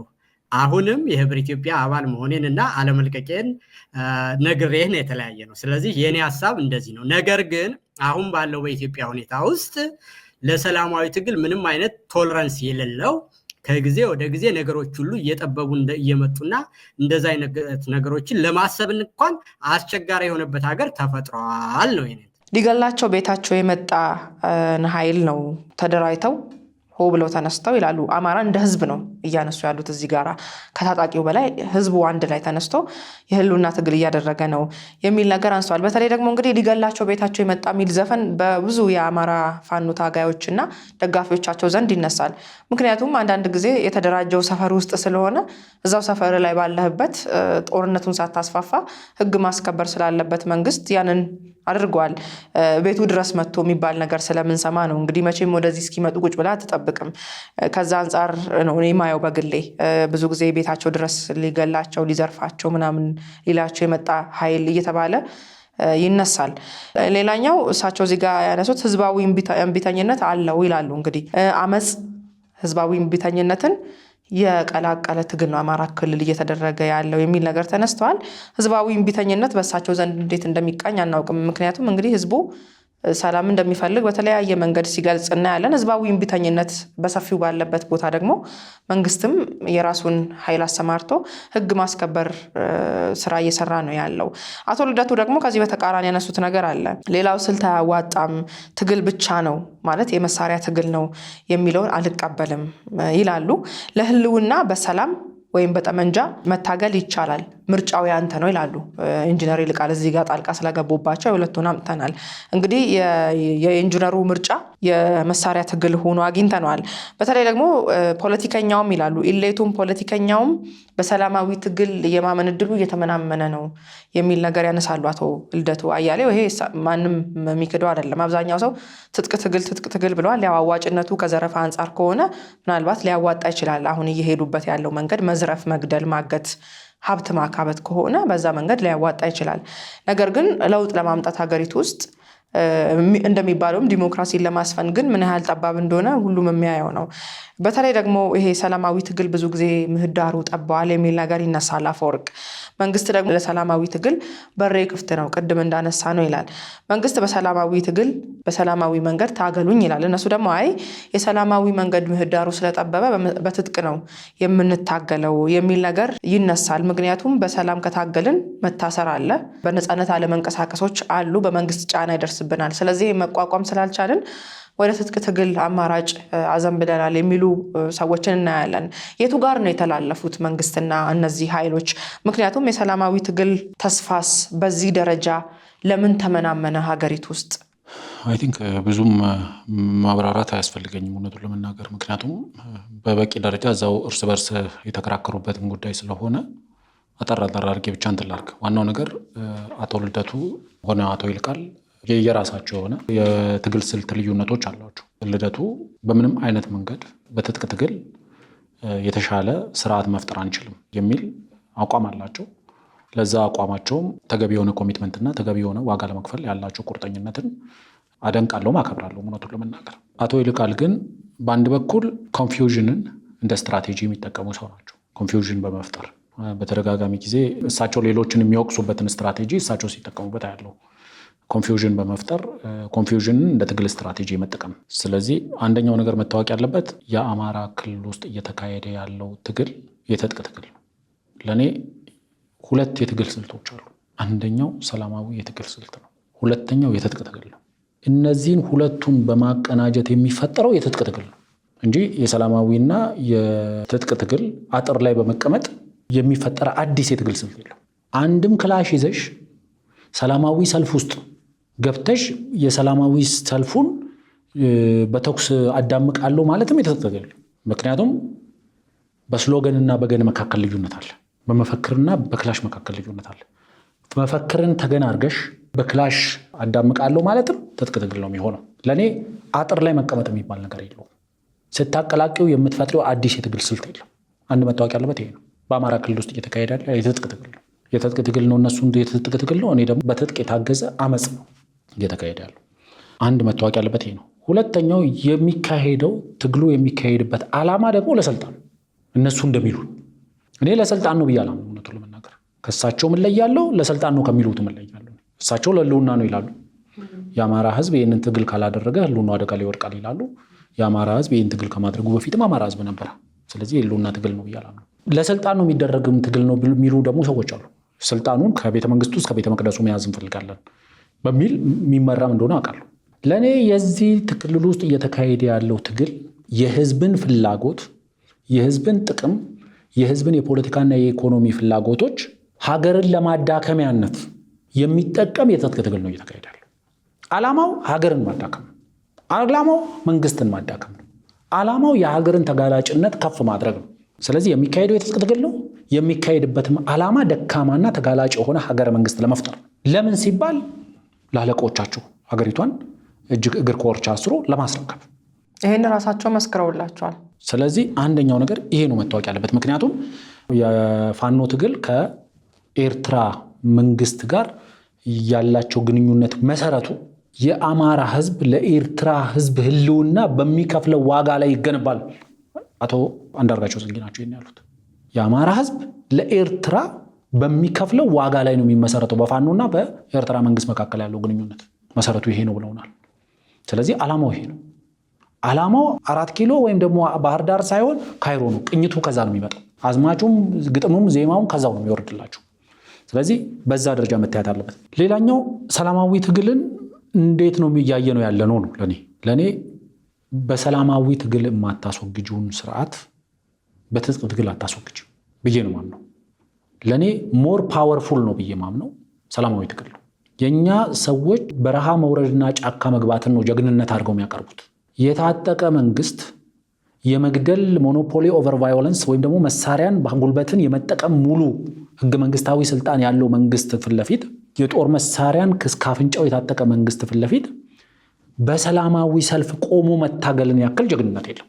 ለዚህ ማሳያው ከ2018 በፊት ያለው ህዝባዊ ንቅናቄ ማየት በቂ ነው። ዜጎች እንዴት እስከ አፍንጫው የታጠቀን ሰራዊት በፊት ለፊት ቆመው በመፈክር እንዴት ማውረድ እንደሚችሉ፣ እንዴት የአምባገነኖችን መንበር እንዴት መናጥ እንደሚችሉ በአደባባይ አሳይቷል። ያ ጽናትና ቁርጠኝነት አሁን ለምን ወደ መሳሪያ እንደ አማራጭ ተደርጎ ሄደ?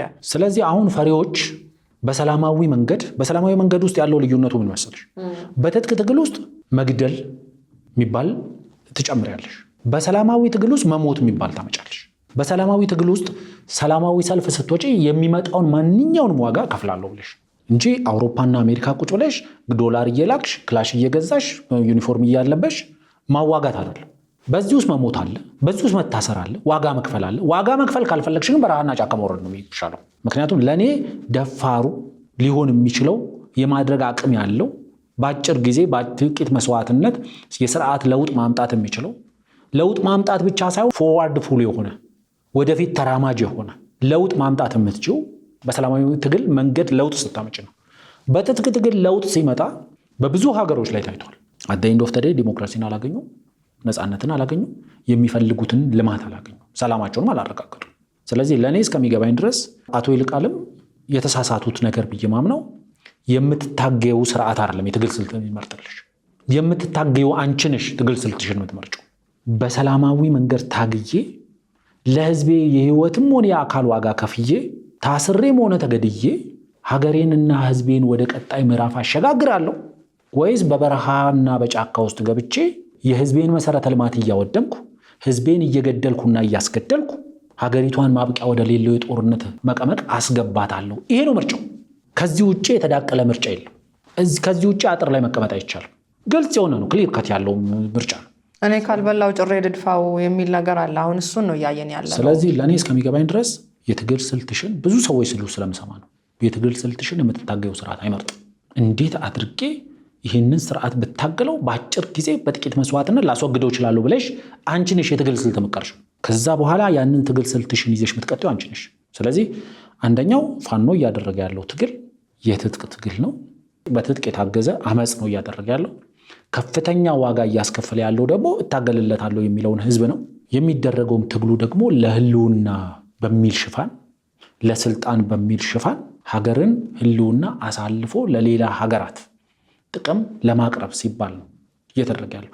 ይሄንን ስል የአማራ ህዝብ የፖለቲካ ጥያቄ የለውም እያልኩ አይደለም። የአማራ ህዝብ የኢኮኖሚ ጥያቄ የለውም እያልኩ አይደለም። የመሰረተ ልማት የመልካም አስተዳደር ጥያቄ የለውም እያልኩ አይደለም። አለው ጥያቄዎች። ግን አሁን ጥያቄው ከመልሱ በጣም እያራቁት ነው። የአማራ ክልል ታጣቂ ኃይሎች ከመልሱ በጣም ርቆ ነው እየሄደ ያለው። መልሱ ያለው 4 ኪሎ፣ መልሱ ያለው ባህር ዳር ነው። እነሱ እየሄዱ ያሉት ወደ አስመራ ነው። ጥሩ። ፕሮግራማችን ከመቋጨታችን በፊት ምናልባት የምታነሳው ነገር ካለ የእስራኤልን ጉዳይ እናንሳ። እንግዲህ በቅርቡ ጠቅላይ ሚኒስትር ዶክተር አብይ አህመድ እና የእስራኤሉ ጠቅላይ ሚኒስትር ቤንያሚን ኔታንያሁ የስልክ ውይይት አድርገዋል። በዋናነት እንግዲህ በስልክ ውይይቱ ላይ የሁለቱ ሀገራት መሪዎች ሽብርተኝነትን በጋራ ለመፋለም በተለይም ደግሞ በቀይ ባህር እና በአፍሪካ ቀንድ ላይ ያለውን የጸጥታ ሁኔታ በጋራ ለመስራት ተነጋግረዋል። ከዚህ ቀደም የውጭ ጉዳይ ሚኒስትር ዶክተር ጌዲዮን ጢሞቴዎስ እንዲሁ ተመሳሳይ ውይይት አድርገው ነበረ። እንግዲህ እስራኤል ኢትዮጵያ በቀይ ባህር ተዋሳኝ ለመሆን ለያዘችው ሁለንተናዊ ጥረት ያልተገደበ ድጋፍ እንደምታደርግም ጠቅላይ ሚኒስትር ቤንያሚን ኔታንያሁ ተናግረዋል። በዚህ ውይይታቸው ውስጥ እንግዲህ በተለይ ደግሞ ከቀይ ባህር ጉዳይ ጋር እና ከሽብርተኝነትን በተለይና አይኤስን በዚህ ደግሞ የየመኑን የሀውቲ አማጺን በጋራ ለመዋጋት ተስማምቶ እንደነበር ይታወሳል። እዚሁ ላይ ጠንከር ያለ የሁለቱ ሀገራት ጠቅላይ ሚኒስትሮች በዚህ ጉዳዮች ላይ ተወያይተዋል። እንግዲህ በኢትዮጵያ የባህር በር ጥያቄ ላይ ከሀገር ውስጥ ፖለቲከኞች በተሻለ የውጭ ሀገራት ሰዎች ወይም ደግሞ የውጭ ሀገር መሪዎች ጥያቄው ፍትሐዊ እንደሆነና ኢትዮጵያም የባህር በር እንደሚገባት አጽንኦት ሰጥተው ሲናገሩ እንሰማለን። እዚህ ጋር እስራኤል የራሷን ሚና እንደምትጫወትና ድጋፍ እንደምታደርግም ጠቅላይ ሚኒስትሩ ተናግረዋል።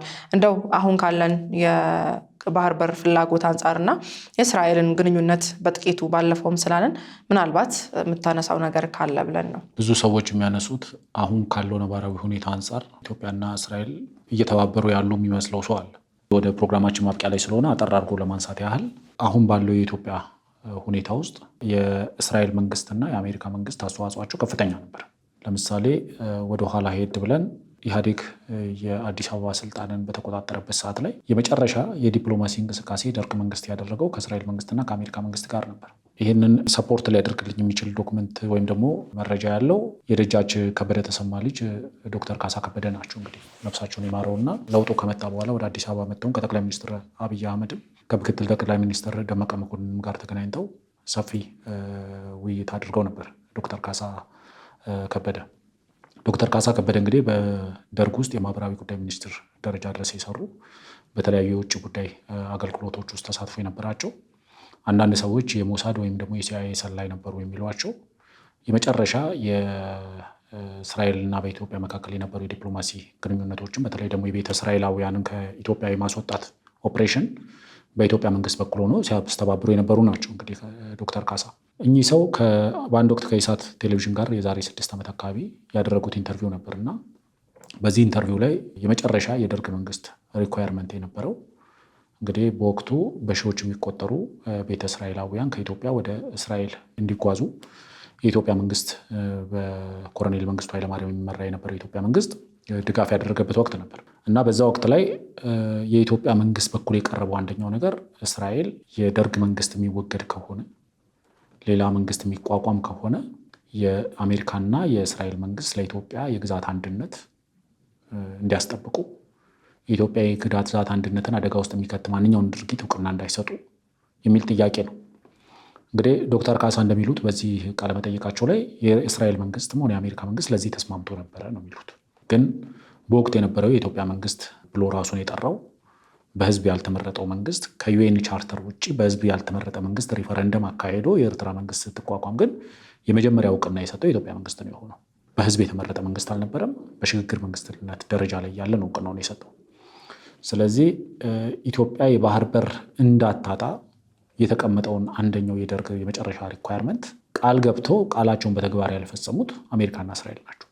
ስለዚህ አሁን እንግዲህ ፎርማሊ ኦፊሻል በሚባል ደረጃ በመንግስትነት ደረጃ አደባባይ ላይ ተወጥቶ ጠቅላይ ሚኒስትሩ ከአቻቸው ጠቅላይ ሚኒስትር ቤንያሚን ኔታንያሁ ጋር ተወያይተዋል የሚል ኮንፊርምድ የሆነ በመንግስት ባለስልጣናት ወይም ደግሞ ከጠቅላይ ሚኒስትሩ ወይም ደግሞ ከጠቅላይ ሚኒስትር ኔታንያሁ ጽህፈት ቤት የወጣ መግለጫ የለም። ግን የተለያዩ የውጭ ሚዲያዎች እየዘገቡት ነው የእስራኤል መንግስት ለኢትዮጵያ የባህር በር ጥያቄ ያለውን ድጋፍ እንደገለጸ።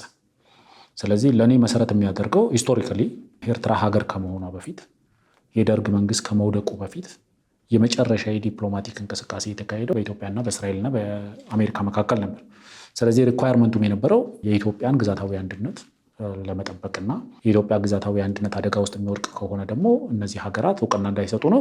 ዶክተር ካሳ እንደሚሉ በደብዳቤ ኮንፊርም እንዳደረጉ ነው የሚናገሩት። በዚህ ውስጥ ዶክተር ካሳ እንግዲህ ከሚያነሷቸው አንደኛው አስገራሚው ነገር በዛ ወቅት ላይ የኢትዮጵያ አየር መንገድ እነዚህን ቤተ እስራኤላውያን ወደ ቴልአቪቭ ለማጓጓዝ ወደ 34.5 እስከ 35 ሚሊዮን ዶላር አካባቢ ክፍያ እንደተከፈለው ያ ክፍያ ኮንፊርምድ በሆነው የኢትዮጵያ መንግስት አካውንት ገቢ እንደተደረገ ግን ከዛ በኋላ የእስራኤል ባለስልጣናት እንዳጣሩት ያ ገንዘብ ከኢትዮጵያ መንግስት ወጪ ተደርጎ ለኢትዮጵያ አየር መንገድም መከፈል ሲገባው የኢትዮጵያ አየር መንገድ በሙሉ አቅሙ ቤተ እስራኤላውያንን እያጓጓዘ ስላልነበረ የእስራኤል መንግስት ኦኬ ክፍያውን ከፍለናል፣ ግን ሌላ ተጨማሪ አውሮፕላኖች ከሉፍታንዛም ከሌሎችም አምጥተን ቶሎ እንዲጓጓዙ ማድረግ አለብን፣ ምክንያቱም ጦርነት ወደ አዲስ አበባ እየተቃረበ ስለነበረ ተጨማሪ አውሮፕላኖች ማምጣት አለብን የሚል አማራጭ ይዞ ስለመጣ ኢትዮጵያ መንግስት ይህንን ስለተቀበለ በወቅቱ የነበረው የኢትዮጵያ አየር መንገድ አመራሮች በወቅቱ ለነበሩት ጠቅላይ ሚኒስትር ታምራት ላይኔ ጥያቄ አቅርበው እንደነበርና ለአየር መንገዱ ክፍያ እንዲከፈል ተጠይቆ እንደነበረ አቶ ታምራት ላይኔም በወቅቱ ለአየር መንገዱ ይሄ ክፍያ እንዲከፈላችሁ ሙሉን አገልግሎት እኮ አልሰጣችሁም፣ ሌሎች አውሮፕላኖች ናቸው አገልግሎቱን የሰጡ። ስለዚህ ግን የተወሰነ ክፍያ ይከፈላቸዋል እንደተባሉ፣ ግን ከዛ በኋላ ለአየር መንገዱ ተብሎ የተከፈለው $35 ሚሊዮን ለኤፈርት ማቋቋሚያ እንደሆነ የእስራኤል መንግስትም የአሜሪካ መንግስትም እንደሚያውቅ ተናግረዋል። ስለዚህ ዋናው መሰረታዊ ነገር የኢትዮጵያ የባህር በር ጥያቄ እስራኤል የምትደግፍበት አንደኛው ምክንያት ስትራቴጂክ የሆነ ምክንያት ይኖራታል። በቀጠናው ላይ ኢትዮጵያ ያላትን ዶሚናንስ ፓወር፣ በቀጠናው ላይ ኢትዮጵያ የቀይ ባህርን ቀጠና ለማስከበር ከሚኖራት አስተዋጽኦ ከሚኖራት አበርክቶ አንጻር ያዩታል።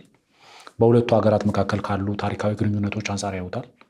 ምክንያቱም ከጠቅላይ ሚኒስትር ከአፍሪካ ውጭ እንግዲህ በፍጥነት ወደ ስልጣን በመጡበት ሰዓት ላይ ጉብኝት ያደረጉት ወደ ቴል አቪቭ ነው። ስለዚህ በኢትዮጵያና በእስራኤል መካከል ከፍተኛ የሆነ የዲፕሎማሲም የኢኮኖሚም የፖለቲካም ግንኙነቶች አሉ፣ ታሪካዊ የሆኑ ግንኙነቶች። ስለዚህ ለኢትዮጵያ እንግዲህ አንደኛው ትልቁ ዜና የእስራኤል መንግስት ለኢትዮጵያን የባህር በር ጥያቄ መደገፉ ነው። ግን አብዛኛው የኢትዮጵያ ተቃዋሚዎች ደግሞ ይህን እንኳን መረዳት ባልቻሉበት ሁኔታ ላይ በሚገኙበት ሰዓት እንደዚህ አይነት የውጭ መንግስታት ድጋፍ ማድረጋቸውን ስታይ የራሽያ መንግስት ለምሳሌ በኢትዮጵያ መጥቶ በባህር ኃይል ምክትል አዛዡ በኩል የገባበትን ስምምነት ስታይ የኢትዮጵያን የባህር ኃይል ለማጠናከር ያደረገውን ስምምነት ስታይ ምንድን ነው የሚያመላክትሽ ብለሽ ማሰብ ትቻለሽ። የፈረንሳይ መንግስት የሚወሰድ ያለው አቋም አለ፣ የዩኤኢ መንግስት የሚወስደው አቋም አለ። እነዚህ እንቅስቃሴዎችን ስታይ እንግዲህ ዲፕሎማቲካሊ የኢትዮጵያ መንግስት በቀጠናው ላይ ያሉ ባህር ገብ የሆኑ ሀገራትን ዲፕሎማቲካሊ ዊን አድርጎ የባህር በር የሚያገኝበት እድል አሁንም ሰፊ እንደሆነ ነው የሚያሳየው። ኢትዮጵያና እስራኤል የዲፕሎማቲክ ግንኙነት ተቋርጦ ነበረና እሱን መልሰው ካቋቋሙ በኋላ ያ ግንኙነት እንዲታደስ በኢትዮጵያ በኩል ተወክዬ እደራደር የነበርኩት እኔ ስለሆንኩኝ ኤምባሲው በተከፈተበት ጊዜ ወደ እስራኤል በኤምባሲው ገዛ መሄድ ይቻላል በሚል እምነት ብዙ ቤተ እስራኤሎች ከጎንደር ወደ አዲስ አበባ እየመጡ የእስራኤል ኤምባሲ በሚገኝበት በሾላ አካባቢ ሰፍረው ነበር እና እነዚህ የተከማቹት እዛ የሰፈሩት ቤተ እስራኤሎች ወደ እስራኤል እንዲሄዱ በተለያየ አቅጣጫ ግፊት ይደረግ ነበር። በተለይም ደግሞ ባል ሄዶ ሚስት ቀርታለች ወይ ሚስት ሄዳ ባል ቀርተዋል፣ ልጆች ከቤተሰብ ተነጥለዋል የሚል ስሞታ ስለነበረ ያንን ቤተሰብ በማዋሃድ ፕሮግራም አማካይነት ሰብአዊ በሆነ መልኩ መፈጸም ይገባል የሚል እምነት አድሮበት የወቅቱ መንግስት የቤተሰብ ውህደት ፕሮግራም በእኔ አስተባባሪነት እና በደህንነት መስሪያ ቤቱ ተባባሪነት ተጀምሮ ተካሂዷል። በእሱ አማካይነት ወደ 8500 የሚሆኑ ቤተ እስራኤሎች በተለያዩ የዕድሜ ክልሎች አሉ ወደ እስራኤል መሄድ ችለው ነበረ። ግን ያ ቁጥር የሚፈለገውን ያክል አይደለም። የቤተሰቡ ውህደቱ ደግሞ አዲስ አበባ የመጡትን ሁሉ የሚመለከት ስላይደለ መሄድ አለባቸው የሚል ጠንካራ ግፊት ተፈጥሮ ነበር። ይሄ ግፊት በአሜሪካን መንግስት አማካይነት ብቻ ሳይሆን ባልኳቸው የአይሁድ ድርጅቶችና እነሱ ደግሞ ቀርበው በቀሰቀሷቸው የሰብአዊ መብት ድርጅቶች አማካይነት በእኛ ላይ ተጽዕኖ ለማሳደር ከፍተኛ ሙከራ ነበረ። በተለይም ደግሞ የህድሪ ህገ መንግስት ያኔ ህገ መንግስቱ ረቋል። የህድሪ መንግስት ደርግን ተክቶ ተቋቁሟል እና ህገ መንግስቱ ማናቸውም ኢትዮጵያዊ የመንቀሳቀስ መብት አለው ይል ስለነበረ ፍሪደም ኦፍ ሙቭመንታቸውን የመንቀሳቀስ መብታቸውን አግዳቸዋል፣ እንዳይወጡ ከልክላቸዋል የሚለው እየጎለበተ መጣ እና ሶቪየት ህብረትና አሜሪካኖች ተስማምተው አገር ቤት ካሉት ድርጅቶች ተቃዋሚ ድርጅቶች ያኔ ተገንጣዮች ነው የምንላቸው፣ ወንበዴ ነው የምንላቸው በተለይም እንግዲህ ከሻዕቢያ ዋናው ሚሊተሪ ቻሌንጅ የነበረው ሻዕቢያ ነው። ህወሓትም እንደዚሁ የህወሓት እንኳን እንዲህ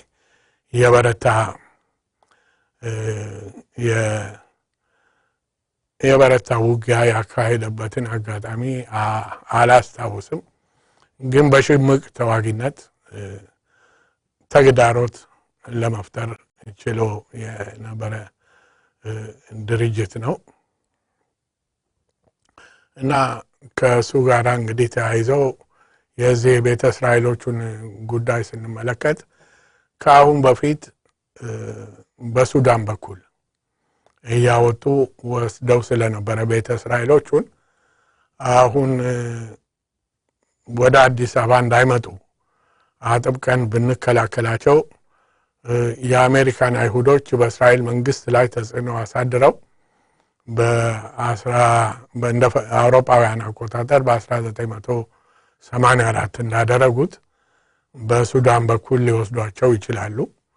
ይህን ካደረጉ ደግሞ ከተገንጣይ ድርጅቶቹ ጋር እስራኤሎች ግንኙነት ሊፈጥሩ ይችላሉ።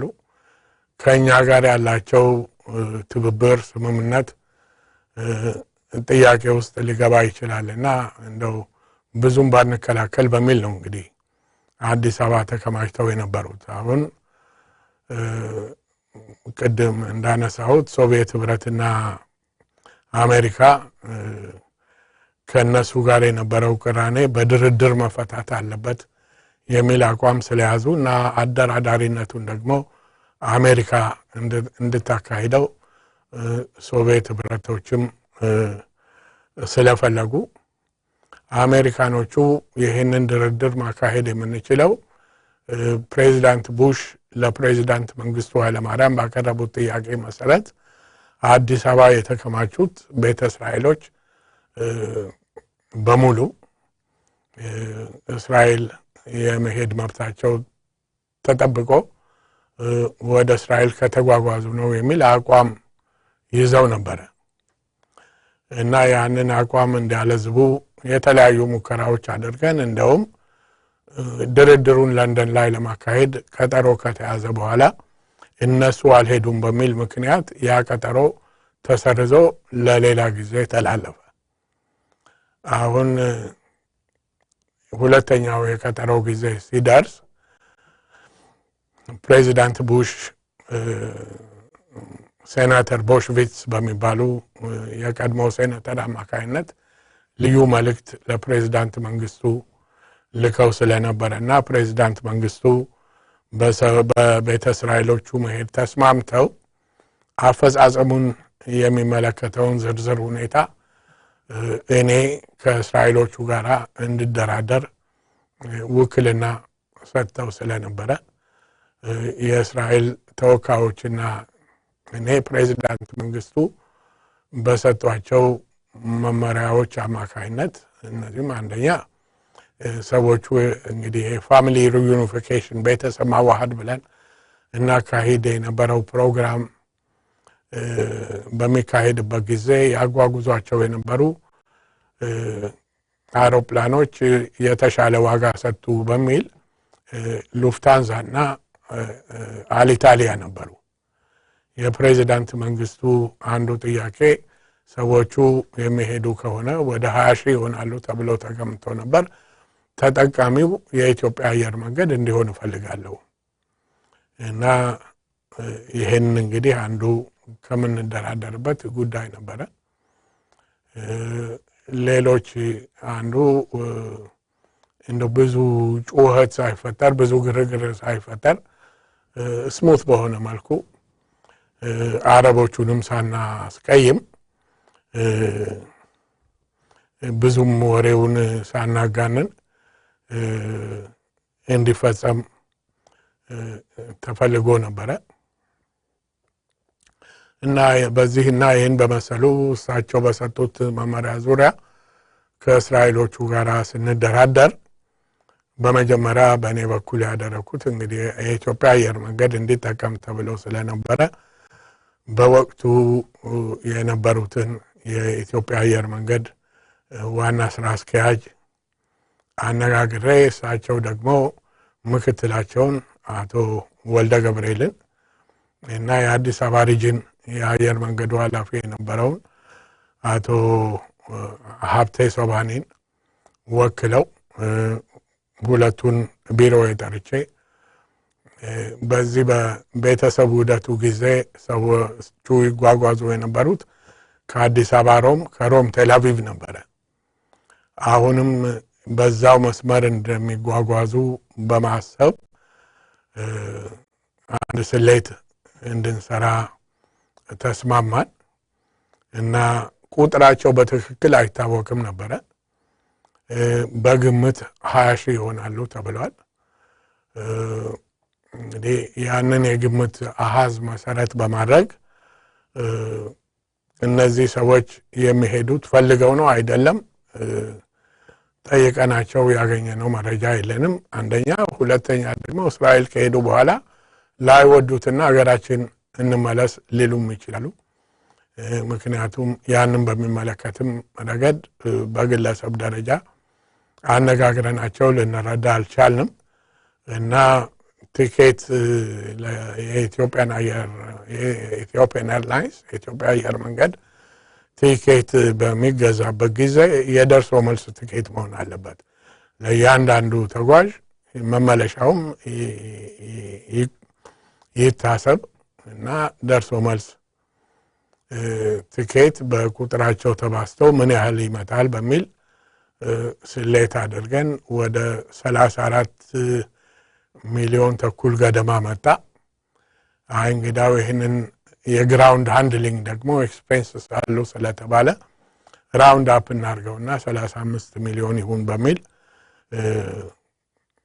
እኛ አሰልተን ያንን ለእስራኤሎቹ ነግሬ እስራኤሎቹም ከተስማሙ በኋላ አብረን እንግዲህ አሜሪካኖቹ የኢትዮጵያን አንድነት እስከዛ ድረስ ይደግፉ ስለነበረ የኢትዮጵያን አንድነት አሁንም እንደሚደግፉ ኤርትራም አስመራን ተቆጣጥራ ነጻ ወጣሁ ብትል አሜሪካኖቹ እውቅና እንዳይሰጡ፣ ሌሎች አጋሮቻቸውም እውቅና እንዳይሰጡ ማረጋገጫ እንደምንፈልግ፣ ሁለተኛ ድርድሩ በሚካሄድበት ጊዜ የመንግስታችንና የፓርቲያችን ተሳትፎ እርግጠኛ ባይሆን የመንግስትና የፓርቲ ባለስልጣኖች ለችግር እንዳይጋለጡ በአሜሪካኖቹ በኩል ማረጋገጫ እንዲሰጡን እና ይህንን የመሰሉ ኮንዲሽንስ አቅርበን ነበር። ይህንን ማሳመን እንችላለን ብለው እስራኤሎቹ ከአሜሪካ መንግስት ጋር ተነጋግረው ተስማምተው በፕሬዚዳንት መንግስቱ ኃይለማርያም እና በፕሬዚዳንት ቡሽ መካከል በሚደረጉ የደብዳቤ ልውውጦች አማካይነት እነዚህ ንግግሮች ከለንደን ሊካሄድ ታቅደው ከነበረው ድርድር በፊት ተፈጻሚ ሊሆኑ እንደሚችሉ አትሊስት ደብዳቤዎቹ እጃችን እንደሚገቡ ስምምነት ላይ ከተደረሰ በኋላ ኦፐሬሽኑ እንዲካሄድ አደረግን። መልካም። እንግዲህ የእስራኤሉ የውጭ ጉዳይ ሚኒስትር ጌዲዮን ሳርም በቅርቡ ወደ አዲስ አበባ እንደሚመጡና ውይይት እንደሚያደርጉ ይጠበቃል። እንግዲህ እነዚህ ውይይቶች ተጠናክረው መቀጠላቸው ደግሞ አንድ ነገር ውጤት ይዞ እንደሚመጣ ተስፋ እናደርጋለን። እንግዲህ ተመልካቾቻችን የዛሬው የወቅታዊ ሀገራዊ ጉዳይ ላይ ትኩረት ያደረገው የዳሰሳ ፕሮግራማችን ይሄን ይመስል ነበር። አፈወርቅ በደዊና ዮሚዩ አበበ ከእናንተ ጋር ቆይታ አድርገናል። መልካም ምሽት።